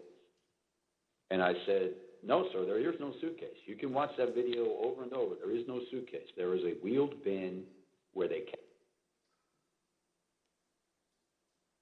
carry the ballots. No matter how many times senior Department of Justice officials, including his own Attorney General, told the president that these allegations were not true, President Trump kept promoting these lies and putting pressure on state officials to accept them. On January 2nd, the president had a lengthy telephone conversation with Secretary Raffensperger. Prior to the President's call, though, I want to share a bit of important context. First, the White House, including the former President's Chief of Staff, Mark Meadows, repeatedly called or texted the Secretary's office some 18 times in order to set up this call. They were quite persistent. Second, Chief of Staff Mark Meadows took the extraordinary step of showing up at a signature audit site in Georgia, where he met with Secretary Raffensperger's chief investigator, Francis Watson, who was supervising that audit process. Behind me is a photograph from that visit. Third, the day after Meadows' Georgia visit, he set up a call between President Trump and Francis Watson. On the call between President Trump and Georgia investigator Francis Watson, the former president continued to push the false claim that he'd won the state of Georgia. Let's listen to that part of the conversation. You know, it's just, you have the most important job in the country right now, because if we win Georgia, first of all, if we win, you're going to have two wins. They're not going to win right now. You know, they're down because the people of Georgia are so angry at what happened to me. They know I won by hundreds of thousands of votes. It wasn't close. And in this next clip, he told this state law enforcement official that she'd be praised if she found the right answer. Hopefully, you know, I will. When the right answer comes out, you'll be praised. I mean, I don't know why. You know, they've made it so hard. They will be praised. People will say, "Great," because that's what it's about. That ability to check and to make it right. Because everyone knows it's wrong. There's just no way. Mr. Raffensperger, I know you weren't on this call, but that you have listened to it. President Trump didn't win by hundreds of thousands of votes in Georgia, did he? No, he did not. I've been traveling through the state of Georgia for a year now, and simply put, in a nutshell, what happened in fall of 2020 is that 28,000 Georgians skipped the presidential race, and yet they voted down ballot in other races. And the Republican congressmen ended up getting 33,000 more votes than President Trump, and that's why President Trump came up short. Thank you, Mr. Secretary. The President on this call doesn't stop here. Let's listen to another part of the conversation between President Trump and Ms. Watson. Anyway, but whatever you can do, Francis, it would be, it's a great thing. It's an important thing for the country. So important. You have no idea it's so important. Well, and I very much appreciate it. Whatever you can do, Francis. This is the President of the United States calling an investigator looking into the election in which he is a candidate and asking her to do whatever you can do. Mr. Secretary, he placed this call to your chief investigator on September 23rd, 2020. The Select Committee has received text messages indicating that Mark Meadows wanted to send some of the investigators in her office, in the words of one White House aide, a shitload of POTUS stuff, including coins, actual autographed MAGA hats, etc. White House staff intervened to make sure that didn't happen. It was clear at the time of this call that the former president had his sights set on January 6th. Listen to this portion when he told Francis Watson about a very important date. Do you think they'll be working after Christmas to keep it going fast? Because, you know, we have that date of the 6th, which is a very important date. That important date, of course, was the joint session of Congress, where Georgia's electoral votes would be counted for Joe Biden. A little over a week after this call to Francis Watson, the President was finally able to speak with you, Secretary Raffensperger. Bear in mind, as we discuss this call today, that by this point in time, early January, the election in Georgia had already been certified. But perhaps more important, the President of the United States had already been told repeatedly by his own top Justice Department officials that the claims he was about to make to you about massive fraud in Georgia were completely false. Mr. Secretary, the call between you and the President lasted 67 minutes, over an hour. We obviously can't listen to the entire recording here today, although it is available on the Select Committee's website. But we'll listen to selected excerpts of it now so that we can get your insights. Let's begin with the President raising the thoroughly debunked allegations of suitcases of ballots. In an official voter box, they were in what looked to be suitcases or trunks, suitcases, but they weren't in voter boxes. The minimum number it could be, because we watched it and they watched it certified in slow motion, instant replay, if you can believe it, but had slow motion and it was magnified many times over. And the minimum it was 18,000 ballots, all for Biden. These are the allegations that the Department of Justice, the Attorney General, the Georgia Bureau of Investigation, and your office had all said were false. Is that right? Correct. And even more importantly, when B.J. Pack resigned as U.S. Attorney of the Northern District, President Trump appointed as acting U.S. Attorney of the Northern District Bobby Christine. And Bobby Christine looked at that, and he was quoted in the AJC that he found nothing. And he dismissed that case early also. Thank you, Mr. Secretary. The President references suitcases or trunks. Mr. Sterling, were the objects seen in these videos suitcases or trunks, or were they just the ordinary containers that are used by election workers? They're standard ballot carriers that allow for seals to be put on them so they're tamper-proof. And finally, the President claims that there was a minimum of 18,000 ballots somehow smuggled in, all for Biden. I take it, gentlemen, that was also categorically false? There's no physical way he can know who those ballots were for, but secondarily, Fulton County for years has been an issue in our state when it comes to elections. So they had a very difficult time during the primary, in large part because of COVID. So we had put them under a consent decree the Secretary got negotiated, where we had a monitor on site. And his name is Carter Jones, and he took a notation. He had gone from State Farm to the English Street warehouse to look at election day activities, but before he left the State Farm Arena, he noted how many ballots had been counted on each one of the machines. And when he came back after we found out they were working again, he took note again when they closed. And I believe the final number was something around 8,900 total ballots were scanned from the time he left to the time about 12:30 or 1 o'clock in the morning. So way below 18,000. Let's play the next clip. I heard it was close. I said, there's no way.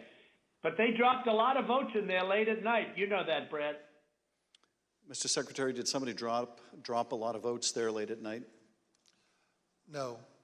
I believe that the President was referring to some of the counties when they would upload, but the ballots had all been accepted and had to be accepted by state law by 7 p.m. So there were no additional ballots accepted after 7 p.m.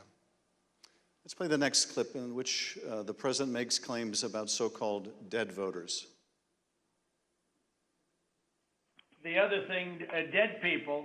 So dead people voted, and I think the number is in the close to 5,000 people. And they went to obituaries, they went to all sorts of methods to come up with an accurate number, and a minimum is close to about 5,000 voters. Mr. Secretary, did your office investigate whether those allegations were accurate? Did 5,000 dead people in Georgia vote? No, it's not accurate. And actually, in their lawsuits, they allege 10,315 dead people. We found 2 dead people when I wrote my letter to Congress that's dated January 6th. And subsequent to that, we found 2 more. That's 1, 2, 3, 4 people, not 4,000, but just a total of 4, not 10,000, not 5,000. Let's play the next clip. And there's nothing wrong with saying that, that you've recalculated, because the 2,236 and absentee ballots, I mean, they're all exact numbers that were done by accounting firms, law firms, etc. And even if you cut them in half, and cut them in half again, it's more votes than we need. Mr. Secretary, is there any way that you could have lawfully changed the result in the state of Georgia and somehow explained it away as a recalculation? No, the numbers are the numbers. The numbers don't lie. We had many allegations, and we investigated every single one of them. In fact, I challenged my team, did we miss anything? They said that there was over 66,000 underage voters. We found that there's actually 0. You can register to vote in Georgia. When you're 17 and a half, you have to be 18 by election day. We checked that out, every single voter. They said that there was 2,423 non-registered voters. There was 0. They said that there was 2,056 felons. We identified less than 74 or less that were actually still in felony sentence. Every single allegation we checked. We ran down the rabbit trail to make sure that our numbers were accurate. So there's no way you could have recalculated it except by fudging the numbers? The numbers were the numbers, and we could not recalculate because we had made sure that we had checked every single allegation. And we had many investigations. We had nearly 300 from the 2020 election. Mr. Secretary, you tried to push back when the president made these unsupported claims, whether they were about suitcases of ballots or that Biden votes were counted 3 times. Let's play the next clip. President, they did not put that. We did an audit of that, and we proved conclusively that they were not scanned 3 times. Yeah, Mr. President, we'll send you the link from WSB that doesn't. I don't care about a link. I don't need it. I have Brad, I have a much better link. You told the president you would send him a link from WSB, which I understand is a local television station that had a unedited video from the State Farm Arena. But the president wasn't interested in that. He said he had a much better link. Mr. Secretary, at the time that you were on the call with the president, as we have shown, both the FBI and the Georgia Bureau of Investigation have proven these claims to be nonsense. And you told him about these investigations on the phone. Let's listen to what President Trump had to say about the state and federal law enforcement officers who investigated these false claims. There's no way they could find. Then they're incompetent. They're either dishonest or incompetent. Okay, there's only 2 answers: dishonesty or incompetence. There's just no way. Look, there's no way. But the president didn't stop at insinuating that law enforcement officers were either dishonest or incompetent. He went on to suggest that you could be subject to criminal liability for your role in the matter. Before I play that portion of the conversation, I'd like to show you something that the president retweeted a couple weeks before your call with him. Here's the president retweeting a post from one of his allies, a lawyer who was later sanctioned by a judge in Michigan for making false claims of election fraud. Let's take a look at that tweet. The tweet read, quote, "President Trump, @real Donald Trump, is a genuinely good man. He does not really like to fire people. I bet he dislikes putting people in jail, especially, quote unquote, Republicans. He gave @Brian Kemp, Georgia, and @Georgia Secretary of State every chance to get it right. They refused. They will soon be going to jail." So on your call, this was not the first time the president was suggesting you might be criminally liable. With that, let's listen to this portion of the call. I think you're going to find that they are shredding ballots because they have to get rid of the ballots because the ballots are unsigned. The ballots are corrupt. And they're brand new and they don't have seals. And there's a whole thing with the ballots, but the ballots are corrupt. And you're going to find that they are, which is totally illegal. It's more illegal for you than it is for them because you know what they did and you're not reporting it. That's a criminal offense. And you can't let that happen. That's a big risk to you and to Ryan, your lawyer. That's a big risk. Secretary Raffensperger, after making a false claim about shredding of ballots, the president suggested that you may be committing a crime by not going along with his claims of election fraud. And after suggesting that you might have criminal exposure, President Trump makes his most explicit ask of the call. Let's play a part of that conversation. So, look, all I want to do is this. I just want to find 11,780 votes, which is one more than we have, because we won the state. Mr. Secretary, was the president here asking you for exactly what he wanted? One more vote than his opponent. What I knew is that we didn't have any votes to find. We had continued to look. We investigated, like I just shared the numbers with you. There were no votes to find. That was an accurate count that had been certified. And as our general counsel said, there was no shredding of ballots. Mr. Secretary, after making this request, the president then goes back to the danger of having you deny these allegations of fraud. Let's listen to that part of the clip. And I watched you this morning and you said, well, there was no criminality, but I mean, all of this stuff is very dangerous stuff. When you talk about no criminality, I think it's very dangerous for you to say that. Secretary Raffensperger, you wrote about this in your book, and you said, quote, "I felt then and still believe today that this was a threat. Others obviously thought so too, because some of Trump's more radical followers have responded as if it was their duty to carry out this threat. Please tell us what you, your wife, even your daughter-in-law experienced regarding threats from Trump's more radical followers." Well, after the election, my email, my cell phone was doxxed, and so I was getting text all over the country, and then eventually my wife started getting the text, and hers typically came in as sexualized texts, which were disgusting. You have to understand that Trish and I, we met in high school, and we've been married over 40 years now, and so they started going after her, I think, just to probably put pressure on me. Why don't you just quit, walk away? And so that happened. And then some people broke into my daughter-in-law's home, and my son has passed, and she's a widow and has 2 kids, and so we're very concerned about her safety also. And Mr. Secretary, why didn't you just quit and walk away? Because I knew that we had followed the law and we had followed the Constitution.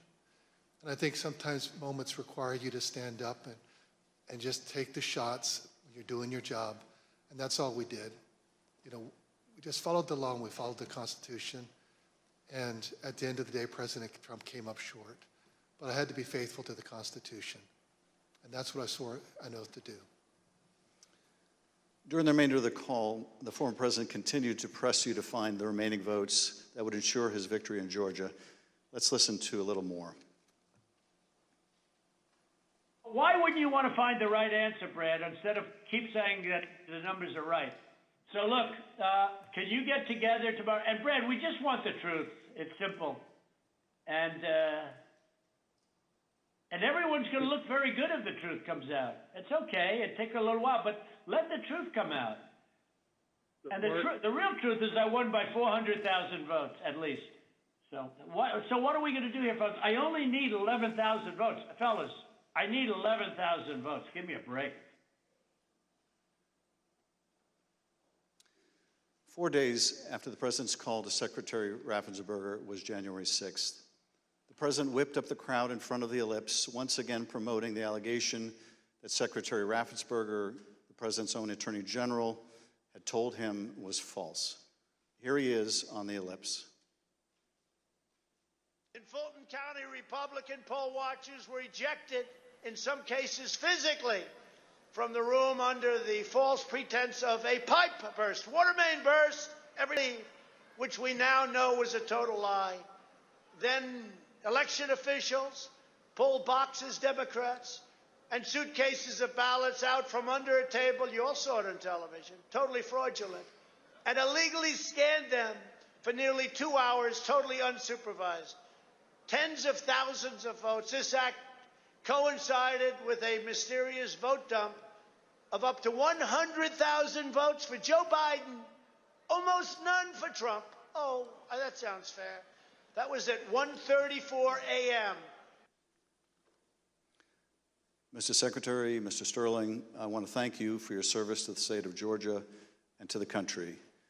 Speaker Bowers, likewise, I want to thank you for your service to the state of Arizona and to the country.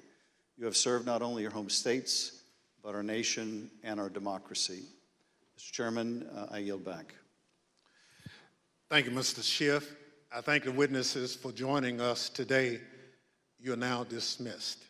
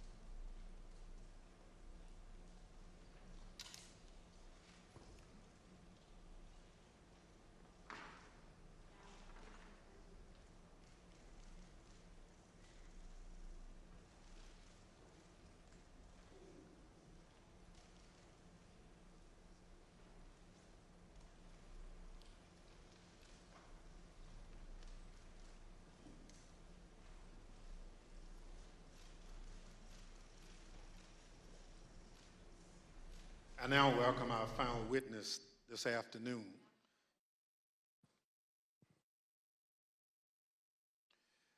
Andrea Shea Moss. Ms. Moss worked in the Department of Registration and Elections in Fulton County, Georgia, from 2017 until 2022. In that job, Ms. Moss handled voter applications and absentee ballot requests, and also helped to process the vote count for several elections. In December 2020, Ms. Moss and her mother, Ms. Ruby Freeman, became the target of nasty lies spread by President Trump and his allies as they sought to overturn the election results in Georgia.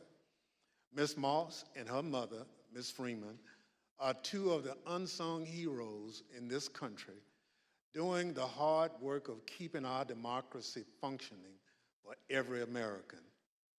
Ms. Moss, welcome. Thank you for your service, and I thank you for being here today. I will now swear you in. Please stand.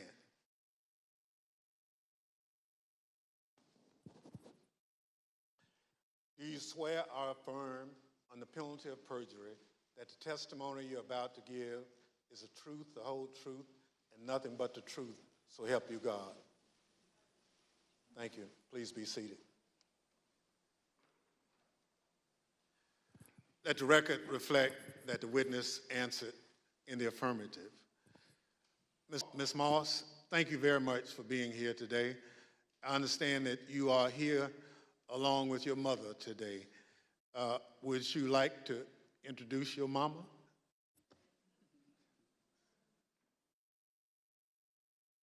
Hi, Mom. Ms. Moss, today we'll be asking you about some of the threats that you received following the 2020 election. Since you've been an election worker for over 10 years, I want to ask you, in your decade of service, had you ever experienced threats like these before?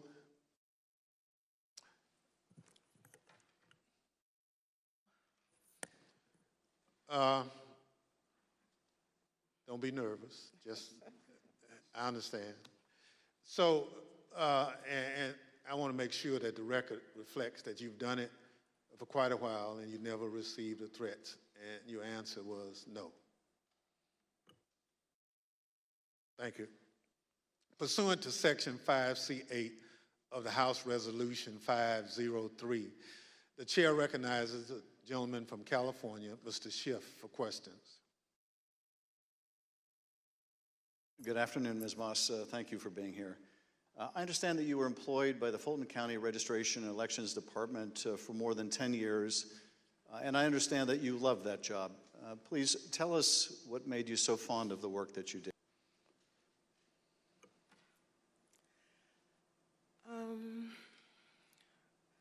Well, I've always been told by my grandmother how important it is to vote, and how people before me, a lot of people, older people in my family, did not have that right.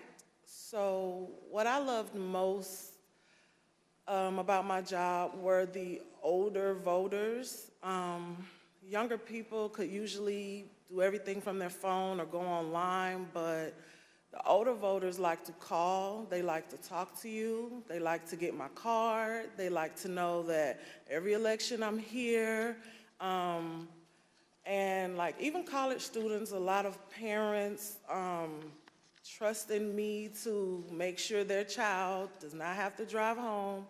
They'll get an absentee ballot, they can vote, and I really found pleasure in that. I liked being the one that, you know, if someone can't navigate my voter page, or, you know, they want a new precinct card and they don't have a copy machine or a computer or all of that, I could put it in the mail for them. I was excited always about sending out all the absentee ballots for the elderly, disabled people. I even remember driving to an hospital to give someone her absentee application. That's what I love the most. So you really enjoyed helping people vote and participate, and that was something, the right to vote, that your grandmother taught you was precious. Yes.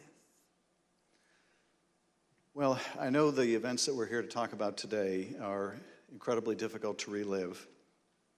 Your proud service as an election worker took a dramatic turn on the day that Rudy Giuliani publicized a video of you and your mother counting ballots on election night. President Trump, Rudy Giuliani, and others claimed on the basis of this video that you and your mother were somehow involved in a plot to kick out observers, bring suitcases of false ballots for Biden into the arena, and then run them through the machines multiple times. None of that was true, was it? None of it. I'd like to show you some of the statements that Rudy Giuliani made in a second hearing before the Georgia state legislators, a week after that video clip from State Farm Arena was first circulated by Mr. Giuliani and President Trump. I want to advise viewers that these statements are completely false and also deeply disturbing. Tape earlier in the day of Ruby Freeman and Shay Freeman Moss and one other gentleman quite obviously surreptitiously passing around USB ports as if they're vials of heroin or cocaine. I mean, it's obvious to anyone who's a criminal investigator or prosecutor they are engaged in surreptitious illegal activity again that day. And that's a week ago, and they're still walking around Georgia lying. They should have been questioned already. Their places of work, their homes should have been searched for evidence of ballots, for evidence of USB ports, for evidence of voter fraud. That video was from Rudy Giuliani's appearance at a Georgia State Senate hearing on December 10. How did you first become aware that Rudy Giuliani, the president's lawyer, was accusing you and your mother of a crime?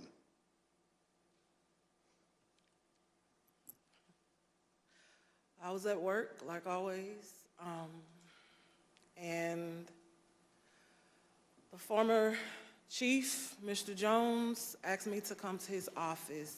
And when I went to his office, the former director, Mr. Barron, was in there, and they showed me a video on their computer. It was just like a very short clip of us working at State Farm, and it had someone on the video like talking over the video, just saying that we were doing things that we weren't supposed to do, just lying throughout the video. And that's when I first found out about it. And were there social media posts that they showed you responding to those false claims? Well, when I saw the video, of course, the first thing that I said was like, why? Why are they doing this? What's going on? And they, just told me that Trump and his allies were not satisfied with the outcome of the election, and they were getting a lot of threats and being harassed online, and asked me, have I been receiving anything, and I need to check on my mom. And I told them, I was like, where have they, where have you been getting these threats? I don't believe I have any. And Mr. Jones told me, like, they're attacking his Facebook, and I don't really use Facebook. I have one, so I went to the Facebook app, and I'm just kind of panicky at this point because this has never happened to me, and my mom is involved, and I'm like her only child. So I'm just asking him, like, well, where are the messages? All I see is the feeds. Like, how do you get to the messages? And he said, it's another icon on your phone that says Messenger. And I went to that icon, and it was just a lot of horrible things there. And those horrible things, did they include threats? Yes, a lot of threats, wishing death upon me,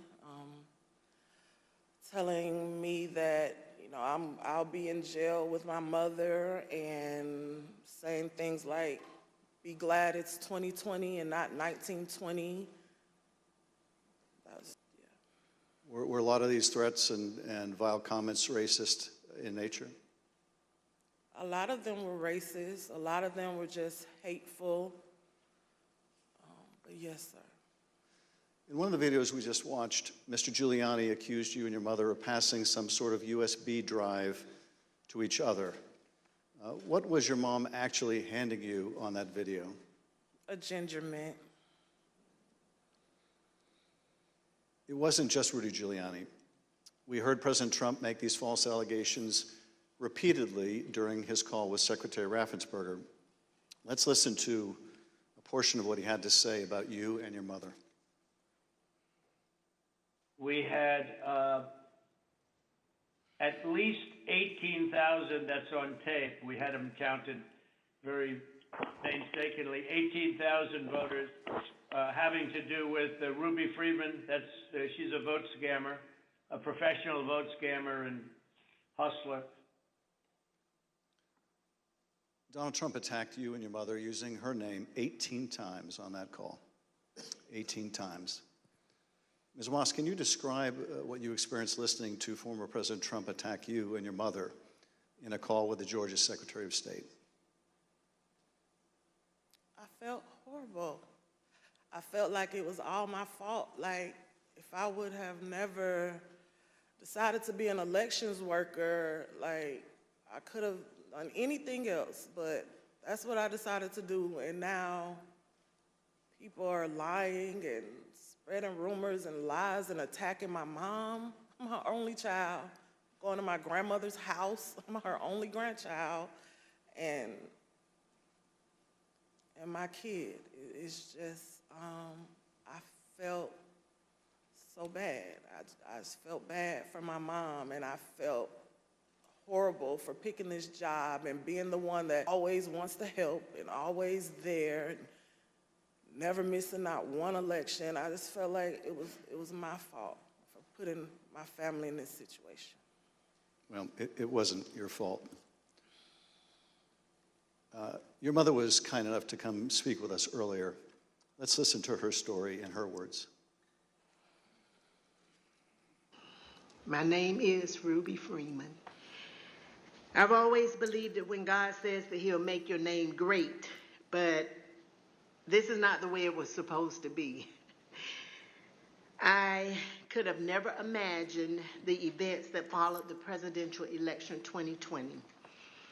For my entire professional life, I was Lady Ruby. My community in Georgia, where I was born and lived my whole life, knew me as Lady Ruby. I built my own business around that name, La Ruby's Unique Treasures, a pop-up shop catering to ladies with unique fashions. I wore a shirt that proudly proclaimed that I was, and I am, Lady Ruby. Actually, I had that shirt on. I had that shirt in every color. I wore that shirt on Election Day 2020. I haven't worn it since, and I'll never wear it again. Now I won't even introduce myself by my name anymore. I get nervous when I bump into someone I know in the grocery store who says my name. I'm worried about who's listening. I get nervous when I have to give my name for food orders. I'm always concerned of who's around me. I've lost my name, and I've lost my reputation. I've lost my sense of security, all because a group of people, starting with number 45 and his ally, Rudy Giuliani, decided to scapegoat me and my daughter, Shay, to push their own lies about how the presidential election was stolen. Ms. Moss, how has this experience of being targeted by the former president and his allies affected your life? It's turned my life upside down. I no longer give out my business card. I don't transfer calls. I don't want anyone knowing my name. I don't want to go anywhere with my mom because she might yell my name out over the grocery aisle or something. I don't go to the grocery store at all.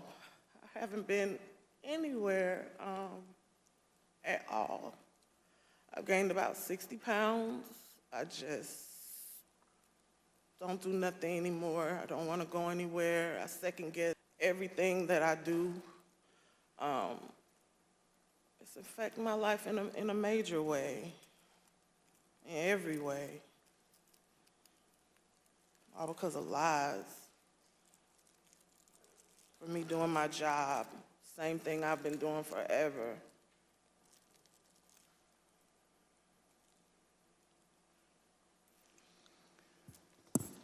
Your mother also told the select committee about how she had to leave her own home for her safety and go into hiding after the FBI told her that it would not be safe for her there before January 6th and until the inauguration. Let's listen to a clip of her story in her own words.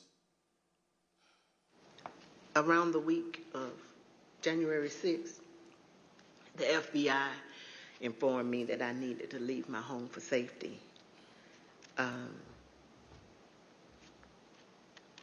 And I left my home for safety around that time. Understood. How long did you stay out? Did you, remain outside of your home for your own safety? I stayed away from my home for approximately 2 months. It was horrible. I felt homeless. I felt, I can't believe this person has caused this much damage to me and my family. To have to leave my home, that I've lived there for 21 years. And, I'm having to have my neighbors watch out for me, and I have to go and stay with somebody. It was hard. It was horrible. And that your conversation with the FBI about needing to leave your home for your own safety or perhaps recommending it, do you remember, was there a specific threat that prompted that, or was it the accumulation of threats that you had received? What prompted it was getting ready to, January 6th was about to come. And they did not want me to be at home because of all the threats and everything that I had gotten. They didn't want me to be there in fear of, the people were coming to my home, and I had a lot of that. So they didn't want me to be there just in case something happened. I asked, how long am I going to have to be at home? And they said, at least until the inauguration. Ms. Moss, I understand that people once showed up at your grandmother's house. Tell us about that experience. I received a call from my grandmother. This woman is my everything. I've never even heard her or seen her cry ever in my life. And she called me screaming at the top of her lungs, like, Shay, oh my God, Shay, just freaking me out, saying that there were people at her home, and they, they knocked on the door, and of course she opened it and seeing who was there, who it was, and they just started pushing their way through, claiming that they were coming in to make a citizen's arrest. They needed to find me and my mom. They knew we were there. And she was just screaming and didn't know what to do. And I wasn't there, so, I just felt so helpless and so horrible for her. And she was just screaming. I told her to close the door.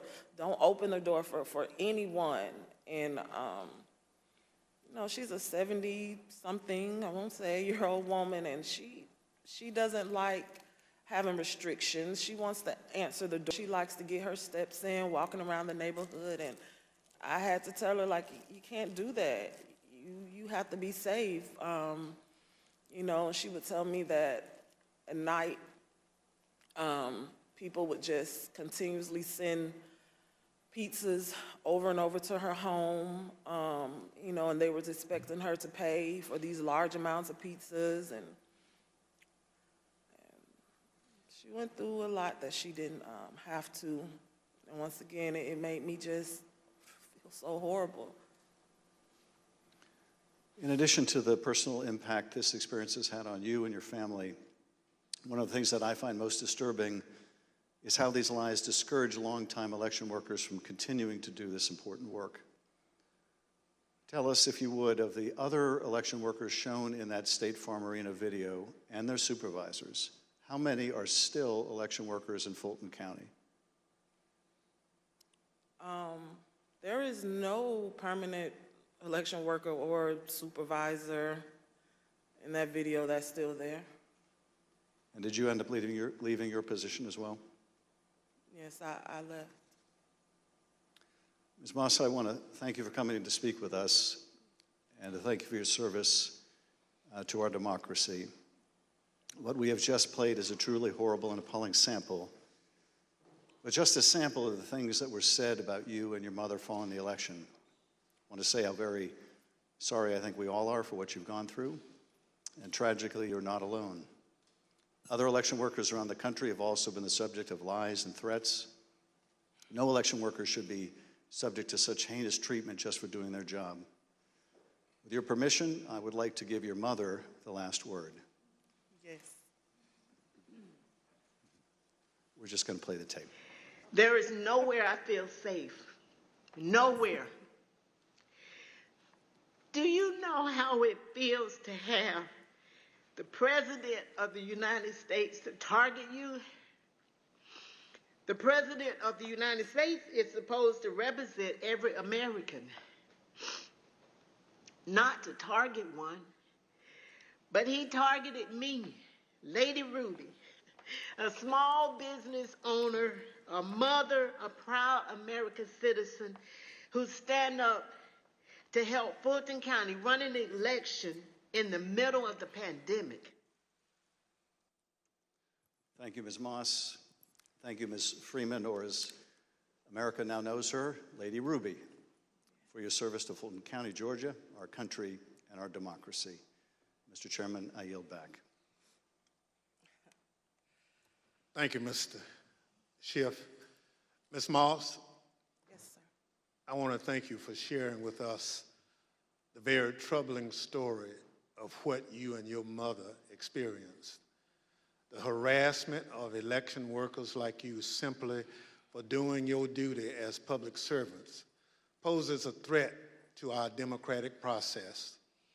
Your testimony is an important contribution to the work of our committee and serves as a reminder to all of us that the safety of local election officials is vital to ensuring that our elections are always free and fair. I want to thank our witness for joining us today. The members of the Select Committee may have additional questions for today's witness, and we ask that you respond expeditiously in writing to those questions. Without objection, members will be permitted 10 business days to submit statements for the record, including opening remarks and additional questions for the witness. Without objection, the chair recognizes the gentleman from California, Mr. Schiff, for a closing statement. For more than 200 years, our democracy has been distinguished by the peaceful transfer of power. When an American raises their right hand and takes the presidential oath of office, they are transformed from an ordinary citizen into the most powerful person in the world, the president. This is an awesome power to acquire. It is even more awesome when it is handed on peacefully. When George Washington relinquished the office of the presidency, it set a precedent that served as a beacon for other nations struggling against tyranny. When Ronald Reagan described it as a kind of miracle in the eyes of the world, he was exactly right. Other countries use violence to seize and hold power, but not in the United States, not in America. When Donald Trump used the power of the presidency to try to stay in office after losing the election to Joe Biden, he broke that sacred and centuries-old covenant. Whether his actions were criminal will ultimately be for others to decide. But what he did was, without a doubt, unconstitutional. It was unpatriotic, and it was fundamentally un-American. And when he used the power of his presidency to put the enormous pressure on local elections officials and his own vice president, it became downright dangerous. On January 6th, that pressure became deadly. Ruby Freeman said the president is supposed to protect every American, not target them. And she is right. If the most powerful person in the world can bring the full weight of the presidency down on an ordinary citizen who is merely doing a job with a lie as big and heavy as a mountain, who among us is safe? None of us is. None of us. In city councils and town councils, on school boards and election boards, from the Congress to the courts, dedicated public servants are leaving their posts because of death threats to them and to their families. This is not who we are. It must not become who we are. Our democracy held because courageous people like those you heard from today put their oath to the Constitution above their loyalty to one man or to one party. The system held, but barely, and the question remains, will it hold again? If we are able to communicate anything during these hearings, I hope it is this: we have been blessed beyond measure to live in the world's greatest democracy. That is a legacy to be proud of and to cherish, but it is not one to be taken for granted. That we have lived in a democracy for more than 200 years does not mean we shall do so tomorrow. We must reject violence. We must embrace our Constitution with the reverence it deserves, take our oath of office and duties as citizens seriously, informed by the knowledge of right and wrong, and armed with no more than the power of our ideas and the truth, carry on this venerable experiment in self-governance. Thank you, Mr. Chairman, and I yield back. Without objection, the chair recognizes the gentlewoman from Wyoming, Ms. Cheney, for a closing statement. Thank you very much, Mr. Chairman. Lady Ruby and Shay, thank you for your courage. Thank you for your strength. Thank you for being here today. It means so much for everyone to hear your story, so thank you for that. We have had tremendous testimony today. We've been reminded that we're a nation of laws, and we've been reminded by you and by Speaker Bowers and Secretary of State Raffensperger and Mr. Sterling that our institutions don't defend themselves. Individuals do that. And we're reminded that it takes public servants. It takes people who've made a commitment to our system to defend our system. We also have been reminded what it means to take an oath under God to the Constitution, what it means to defend the Constitution. And we were reminded by Speaker Bauer that our Constitution is indeed a divinely inspired document. And so it's been an honor to spend time with you and with our previous witnesses here today. To date, more than 30 witnesses called before this committee have not done what you've done, but have invoked their Fifth Amendment rights against self-incrimination. Roger Stone took the Fifth, General Michael Flynn took the Fifth, John Eastman took the Fifth. Others, like Steve Bannon and Peter Navarro, simply refused to comply with lawful subpoenas, and they have been indicted. Mark Meadows has hidden behind President Trump's claims of executive privilege and immunity from subpoenas. We're engaged now in litigation with Mr. Meadows. The American people in our hearings have heard from Bill Barr, Jeff Rosen, Richard Donahue, and many others who stood up and did what is right. And they will hear more of that testimony soon. But the American people have not yet heard from Mr. Trump's former White House counsel, Pat Cipollone. Our committee is certain that Donald Trump does not want Mr. Cipollone to testify here. Indeed, our evidence shows that Mr. Cipollone and his office tried to do what was right. They tried to stop a number of President Trump's plans for January 6th. Today and in our coming hearings, you will hear testimony from other Trump White House staff explaining what Mr. Cipollone said and did, including on January 6th. But we think the American people deserve to hear from Mr. Cipollone personally. He should appear before this committee, and we are working to secure his testimony. Thank you, Mr. Chairman. I yield back. People answer the call to public service in such different ways. Some run for office. Some volunteer to make sure their neighbors can get to their voting locations. Some work at polling sites to help election day go smoothly. Some look into problems to guarantee our elections are secure and accurate, just to name a few. As I mentioned at the start of this hearing, when we talk about our democratic institutions, we're talking about these individuals and many others who do these jobs across the country. They represent the backbone of our democracy at its most important moments, when the citizens cast their votes and when those votes are counted. We've heard the stories of their courage. They've earned the thanks of a grateful nation. But for Donald Trump, these witnesses and others like them were another roadblock to his attempt to cling to power. On Thursday, we'll hear about another part of that scheme, his attempt to corrupt the country's top law enforcement body, the Justice Department, to support his attempt to overturn the election. Just as we heard today that Donald Trump was deeply involved in a scheme to pressure state officials to overturn the election results, we will hear on Thursday that Donald Trump was also the driving force behind the effort to corrupt the Justice Department. Listen to this clip from the former acting Attorney General, Richard Donahue. The president said, suppose I do this. Suppose I replace him, Jeff Rosen, with him, Jeff Clark. What do you do? And I said, sir, I would resign immediately. There is no way I'm serving 1 minute under this guy, Jeff Clark. You'll hear from Mr. Donahue in person on Thursday as my colleague, Mr. Kinzinger, presents details about this plan. The chair requests those in the hearing room remain seated until the Capitol Police have escorted members from the room.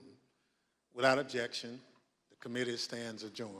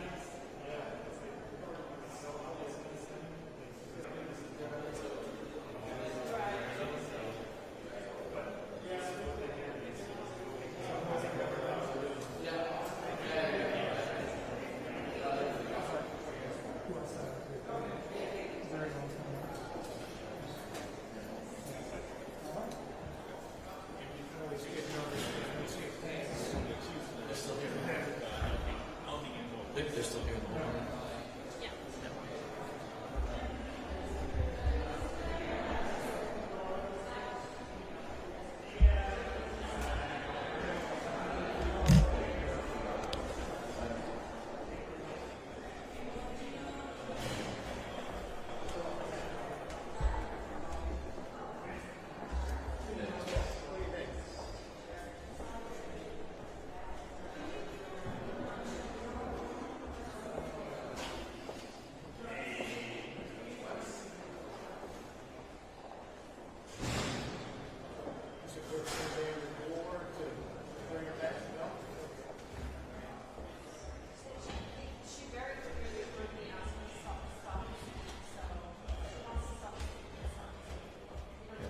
Yeah, she actually said, I'm sorry. Yeah.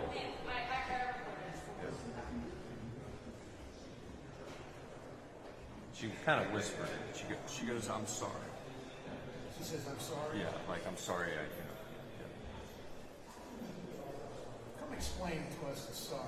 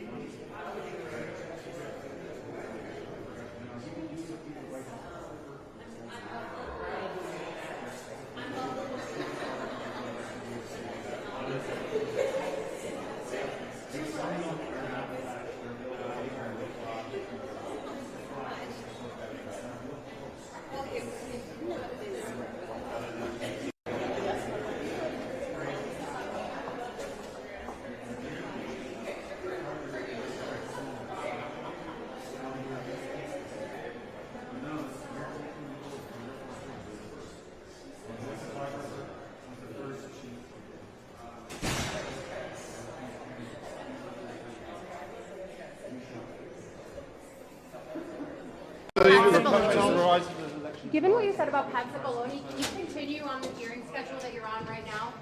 We're gonna continue to reach out to Mr. Cipollone. But can you continue doing hearings next week with these gaps? Bring everyone back to the other side of the Yes, what about your gaps?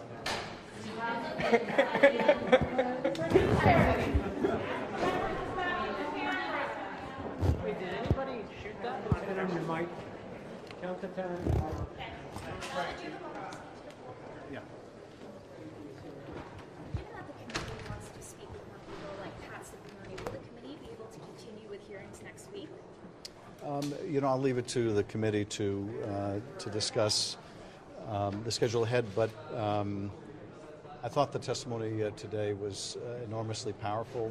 We had, I think, good illustrations of the courageous public servants who stood up to the President of the United States, from Republican speakers of the House of Representatives in Arizona to the Secretary of State of Georgia to election workers whose lives were the subject of the most gruesome threats and were really upended. And I'm glad the American people got to see these courageous public servants, but also I'm glad they got to see the danger that the President's lies put elected officials in all around the country. The committee showed this phone call between Ronna McDaniel and in the committee. She's talking about the phone call with Donald Trump about his push to name an alternate slate of. Does the committee have any other evidence showing Donald Trump's direct involvement in trying to name those so-called fake electors? I'm not going to comment on the evidence beyond what we submitted today, but what people need to understand is this elector plot was illegitimate from the start. It was all premised on a big lie about the election, a big lie that there was massive fraud. As Speaker Bowers testified, they were never presented with any evidence of this.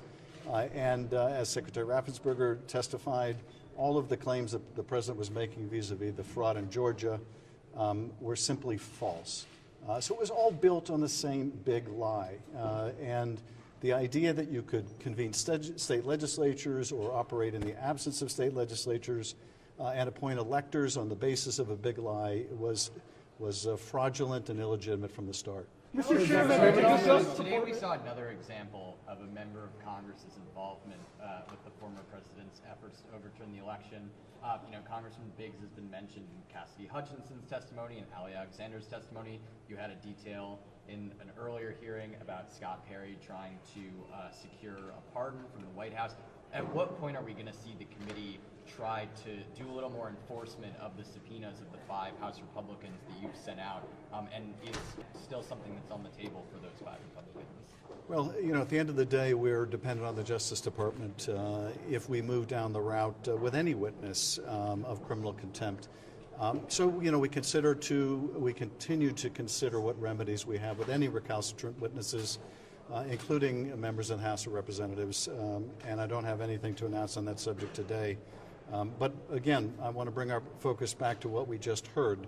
And what we just heard is the President was told over and over again by his Attorney General, by his Deputy Attorney General, by the U.S. Attorney he appointed in Georgia, among others, that what he was telling the country was simply false. And you saw him go out time after time after being told way after way that what he was saying was just a lie, leading up to his speech on the ellipse where he continues to whip up this crowd with these lies. And tragically, the warning that Gabe Sterling gave that someone was going to get killed came all too much to fruition on January 6th when people outside this building did get killed because of that big lie, because of that incitement that Gabe Sterling warned against. And the fact is, the lie lives on, and with it, so does the danger. And this is, I think, what these witnesses were so powerfully communicating. If the President of the United States, the most powerful person in the world, can come down like a ton of bricks on an election worker, like Andrea Moss and Ruby Freeman, then they can come down on anyone. Was it on top of The that? committee want to hear from Senator Johnson after learning that one of his staffers communicated with a Pence aide to try to hand off the alternate slate of electors? I'm not going to comment on potential future witnesses at this point. I want to keep the focus on what we just heard today. Election officials witnesses today. Lay out a potential criminal charges against President Trump and referring that to the DOJ. It seems like every hearing so far, and going to the next one, is tying him in that he knew it was a big lie, that he signed the violence, and he was all involved in this. No one's given us a clear answer, but it seems like that's the way all the evidence is leaning towards right now. Would that be correct? I'll have to make this last question. Look, our responsibility at the end of the day is not a prosecutorial responsibility. That's for the Justice Department to decide. I think Judge Carter in California was right when he said that there is evidence that Donald Trump and his associates engaged in a plot to overturn the election that violated multiple criminal laws. I think there's sufficient evidence to open that investigation. Now, whether the Justice Department will conclude there's proof beyond a reasonable doubt, that'll be up to the Justice Department. Our role is different. Our role is to find the facts, to share them with the American people, and to prescribe remedies to keep our country safe. And as we saw today, one of the things that's necessary for us to keep the country safe is to put this big lie to rest, to restore people's confidence in our elections, to push back on the idea that whenever you lose an election that's somehow rigged and illegitimate, because that way goes the end of our democracy. Thank you. Thank you, guys. Thank you so much. Thank you. Mr. Chairman. Nothing to see here.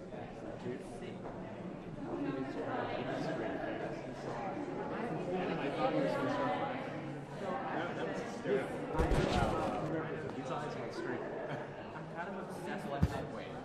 I believe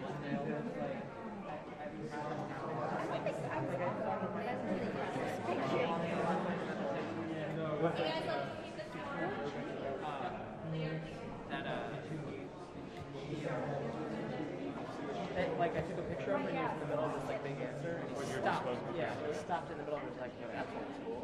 And, like, and Eric, standing right here, like, wrote about it in this article being about, like, how it just, like, takes off the veneer that, and it's, like, happened a bunch of times, and people have stopped. And it's been like, hey, wait, does he still make those? Like, it's actually kind of cool, kind of like, to, like, cut them short a little bit and be like, all right, we're all, I don't know, take a Sure. You mean that's a good start? You really, I seem to be trying to keep a straight face here. I'll see you guys later. All right, bye. See you, dude. Thanks Any again. never for, came through? Appreciate it. Thank you. No, I know, but I'm surprised that nobody. No, not Johnson. Wait, who is this? What's that? I have the chain you need to check in here. Oh.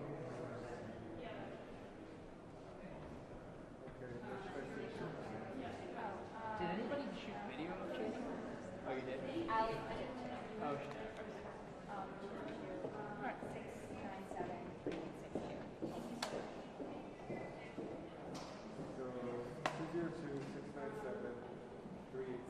Yes.